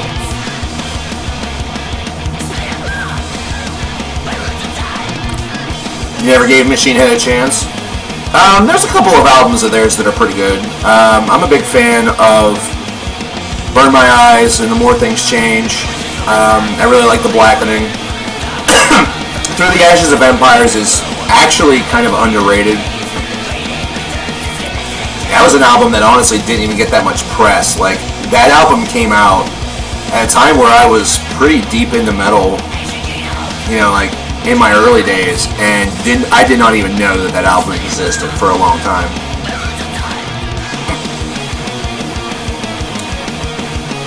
Some folks like Unto the Locust. I did too. I thought it was pretty good. They are very hit and miss. They're kind of dodgy. They follow a lot of... They do a lot of trend hopping, is what I call it. They look at what's hot, and then that's what they decide to do. The times where they are actually somewhat individualistic with their music and just do their own thing tends to be whenever they do pretty good or do pretty well.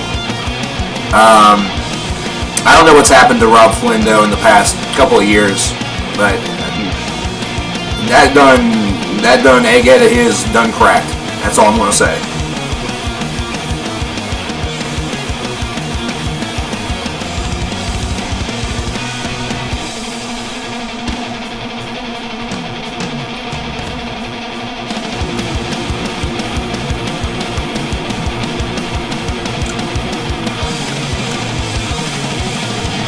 The Blackening had its highs mostly because of the music and the composition. Compositionally, it's excellent. Lyrically, it's just kind of average.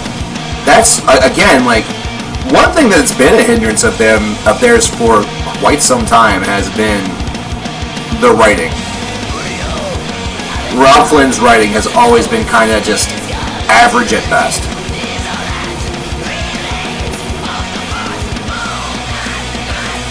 As far as a lyricist is concerned, I think he reached his peak in the 90s with their first couple of albums.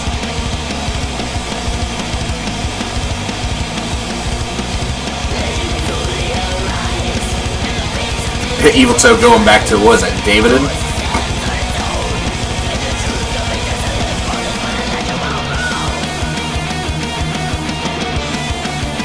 Contextually speaking, Let Freedom Ring with a Shotgun Blast makes a lot more sense in 1995 than it would in 2019. I really think that in 2019, that lyric is looked at very differently than whenever it came out with Burn My Eyes. That was the first Machine Head song I ever heard was David Lee. So got me into the band.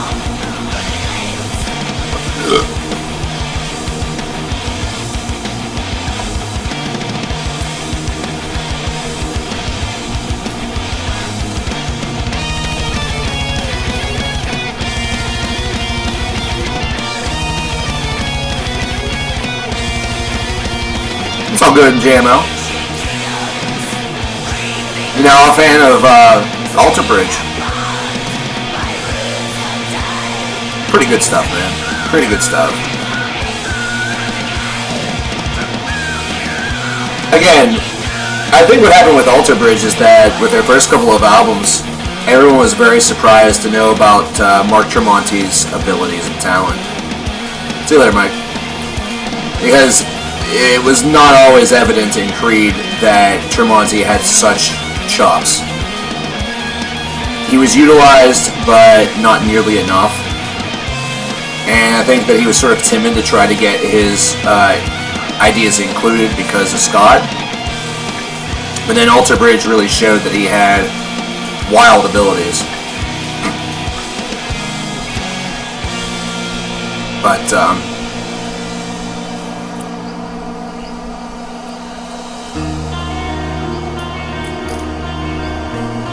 we're about to get into track 5 here in about 2 minutes or so, entitled Hunger for Violence. At that point, I'm actually going to take a short recess, step out,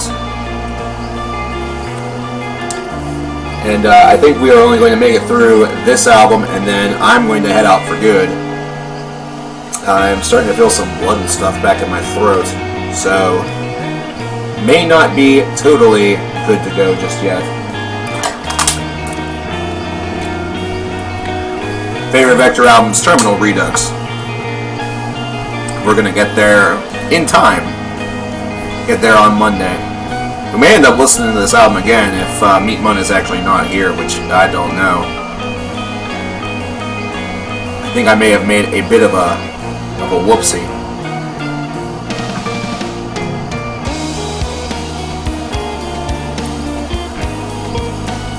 The vocals can be a bit challenging.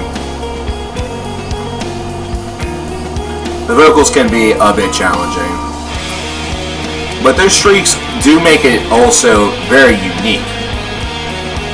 So you have to remember that there's that going for it also. Oh. I just feel something just hanging on back there. That sucks. Ugh.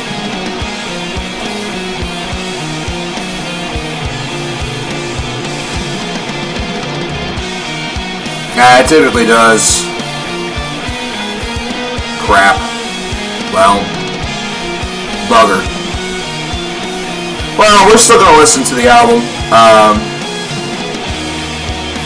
We'll still finish it up. And like I said, after that, I'm going to head out. I'll return momentarily. Then we're going to get some more medication in me. Herb.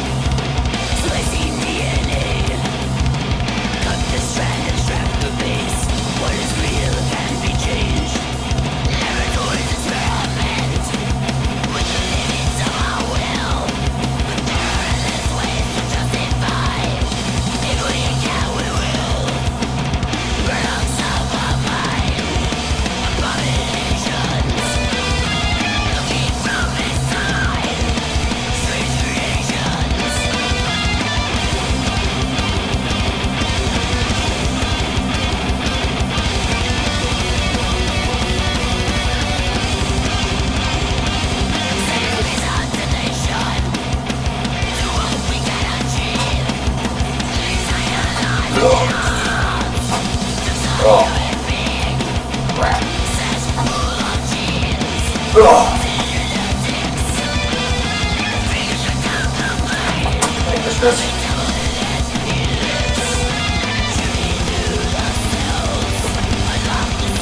star of the show is here.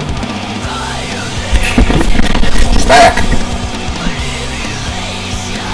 She is back.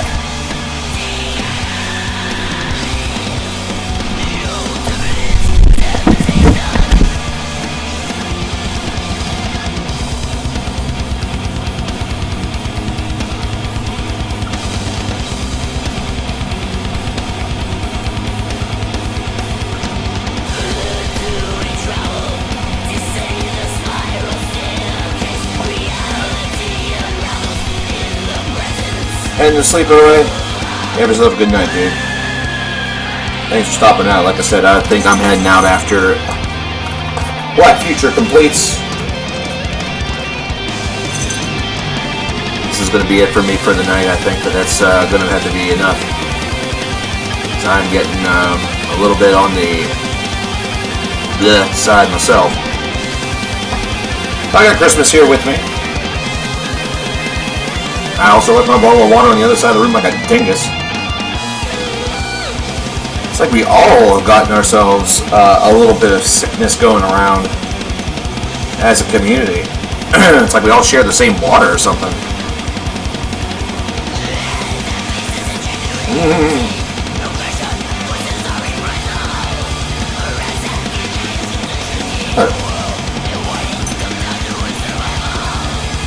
I gotta come over here. What do you see over there? Oh, I see what you see. Oh no. I'm gonna get rid of all the food. Get rid of all this garbage. Alright, Evil Toad, you have yourself a good one, man.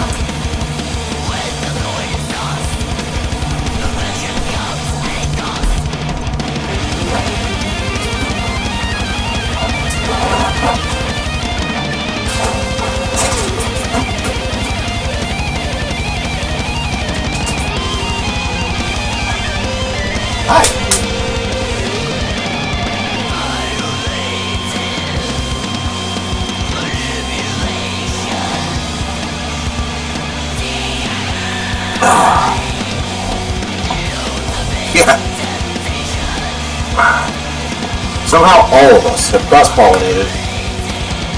I don't know, I might not even make it through this. Like I said, I don't even know if Meat Mun is here, so if he's not here, then I probably shouldn't be playing this anyway.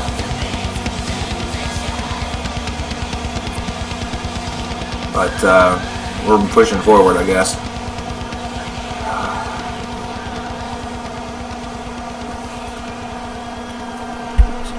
Sometimes I really wish that this camera was focused a little bit further down. Because y'all can't see the gatos whenever they're here with me. Yeah, right, Chris. Hey, Evan, how you doing? Aside from the sickness, I've been kind of alright. I guess. I mean, that's been sort of the domination of the past week, has been ill.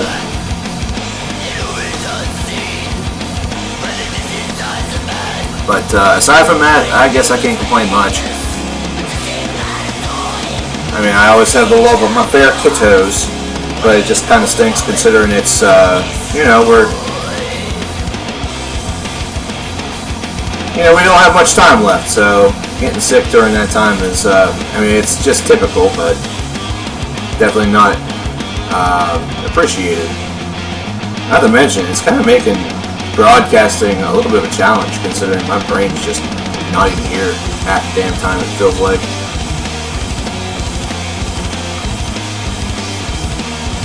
Ryan, hey, thanks, man. I appreciate it. Oh yeah, and like I said, it's a track that's wasted by the lyricism. You know, it's a really good performance. Meat isn't in the chat. No, I tell you what we're probably gonna do. What we're probably gonna do is we'll play out this track here off of Black Future, which is Asteroid. So it's about another 5 minutes. We'll play Cross of Babylon by Savage the Messiah, which was just donated for by Evan, and then I'm going to head out. I'm going to head out for the night. Yeah, this is, oh boy. The condition has definitely gone to shit in a hurry. Oh my god, I am surprised. I thought that I was much more in the clear than this. Christmas, you want out? No, I haven't reviewed Ophidian Wheel. That's a no. Thank you very much, Evan. I appreciate that, by the way. Dig it, dude. Dig it. Oh boy. What have you been up to, Evan? How's things been in the local Baltimore scene? I'm sure y'all are enjoying your victory from last week.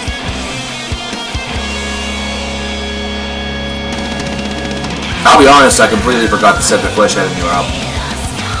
That's no insult to them, it's just, you know, partially because my brain probably is not in the right place currently, but also because of,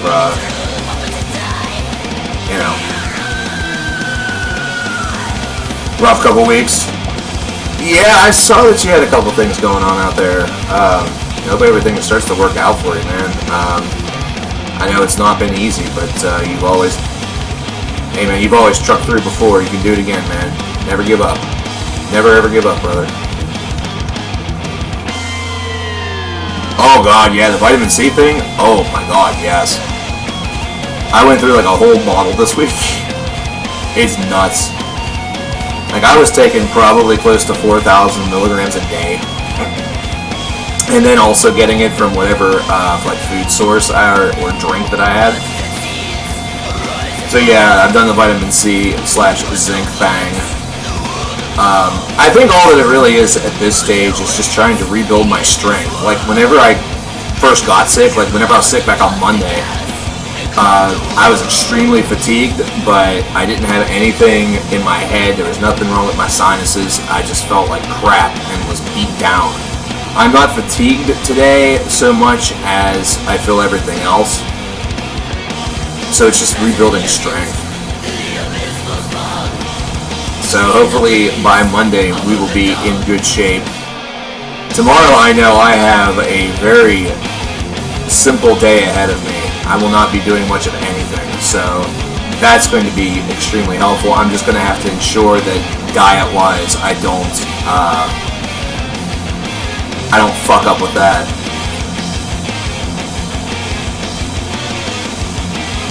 My opinion on that is that it can be used for those purposes or for recreational purposes. I don't have any problem with it whatsoever. But myself personally, the only thing that ever happens whenever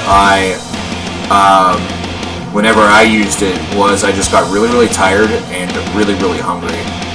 And considering I try to be somewhat active and want to get things done in my day, it just isn't something that works for me. It isn't something that works for me, unfortunately. However, CBD, on the other hand, is a freaking godsend for me. CBD has been awesome for me. So, once again, I have no problem with it. There is a proposal on the table in Pennsylvania to make it legal, even for recreational use. If they are wise, they will pass it.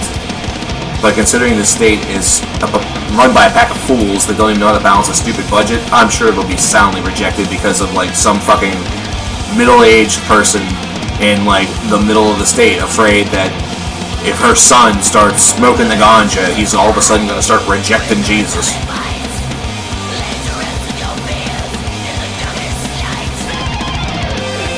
Oh yeah, stress can absolutely be the biggest crutch that your life ever sees. And it's to the point with stress where you can get stressed by things that don't even make sense, or that you would never have been stressed about in the past. It's all based on a chemical, you know, it's all based on something in your brain. You know, it's not something that you're making up for yourself, it's not something that you're doing just for attention, man. That's why in the late 2000s, whenever mental illness was seen as like a vogue and trendy thing, kind of pissed me off a good bit. But I think that's why I never got into like those trends and those bands and stuff like that, because the people that I saw that were associated with them just felt like, I don't even know. Like I can't even tell you how I feel about all those things, because it would have been better off for me to disclose those things in the past. That's been a long time ago. But anyway, like I said, I don't see Meat Mun in chat. I probably shouldn't have been playing that, but I thought that he was actually around. So my apologies. We may be playing some of that stuff on Monday also. We're going to get to Cross of Babylon by Savage Messiah, and then we are going to call it for the day. This is going to do it for us. But, why is it on a scale of 30? Principally for the reason that you just stated, that it was something that I'd never seen before. I wanted something that was a bit unique to my channel, and I tried to do it like with a traditional star system to go along with it, where from 0 to 5 was like 0 stars, 5 to 10 was 1 star, etc. Only to have it be a little unique, you know what I'm saying? Like, just to have it be different. And I thought it was a system that was kind of cool. It was unique. It's a bit confusing, I think, to some folks, but I used to have a graphic that I would bring up that was a little bit better at explaining it, but I don't utilize that graphic any longer. Well, generally, that's pretty much true of just about anybody out there in a group of people. You know, alcohol is legal, but there are still a lot of dumb alcoholics that really like to make life hell for other people. Then there's others that are extremely functional and perfectly fine people that make rational decisions, or at least halfway rational decisions. You know, there are rational and great metal fans, and then there's others that, you know, think that if it's not cult, then it's not good, you know.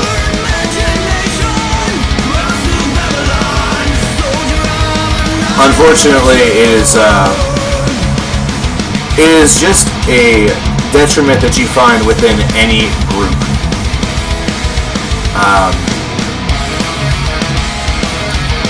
You know, there are a lot of things I can be very accepting towards. That is one of them. Harder drugs are where I really start to draw the line a little bit. I've seen a lot of folks out there that have really gone down some really bad paths with harder drugs, and so it's a little hard to watch, and it's a little hard to feel a lot of empathy toward. I feel that folks that overdose should be rescued. You know, if you find somebody, you should rescue them, man. That's a human being. A lot of folks say, you know, screw them, leave them to die. Where's the humanity in there? They're just going to do it again. They might. That doesn't necessarily mean the next time that they are going to get saved, or that they're going to be in a position where somebody can come along and help them. You know, they might be running the risk, but part of emergency medical service is to help those who are in need. And you don't get to play the God figure of, oh, well, this is just a drug addict. They don't deserve these services, you know what I mean? Psychedelics, I think, are fine. I'm interested in some of the research that they have that some psychedelics could be utilized positively for those who have mental disease. I'm interested in the research for that. I know there's a lot of stuff that's floating around already, but again, with a lot of things, I'm curious about validity.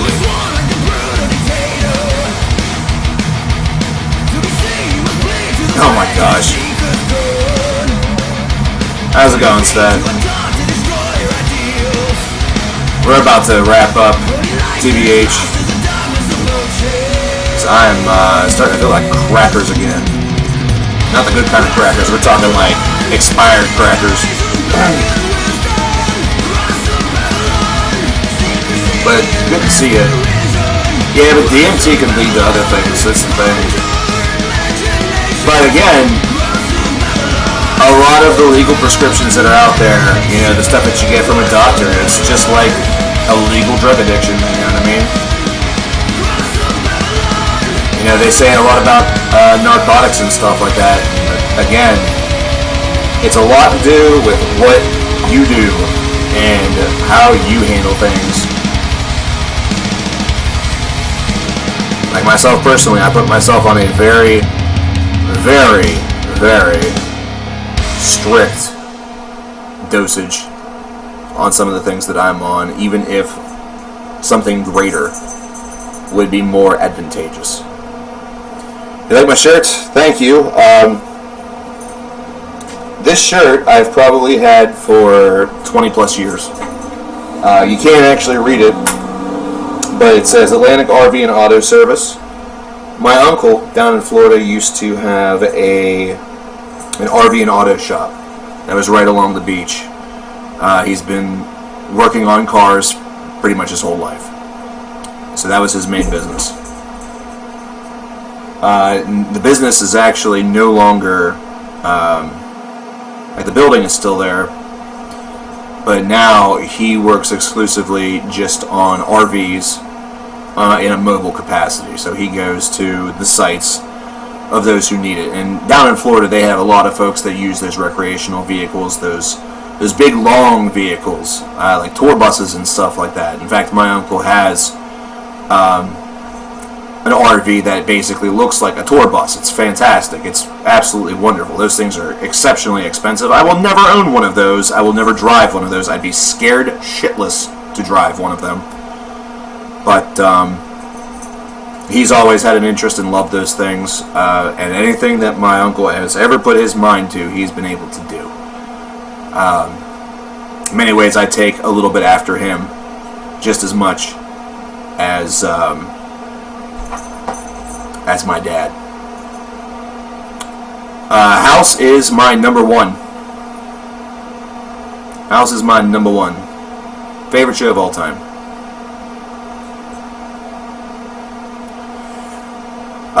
Not Bradenton, Flagler Beach. So opposite side of the state. But yeah, with that said, I am going to bid you all adieu. I would do the whole Kenny Omega thing, but I would just make you all sick. But I will say good night and good luck. Get well. So I'll talk to you guys next time, which will be on Monday, hopefully. Take care.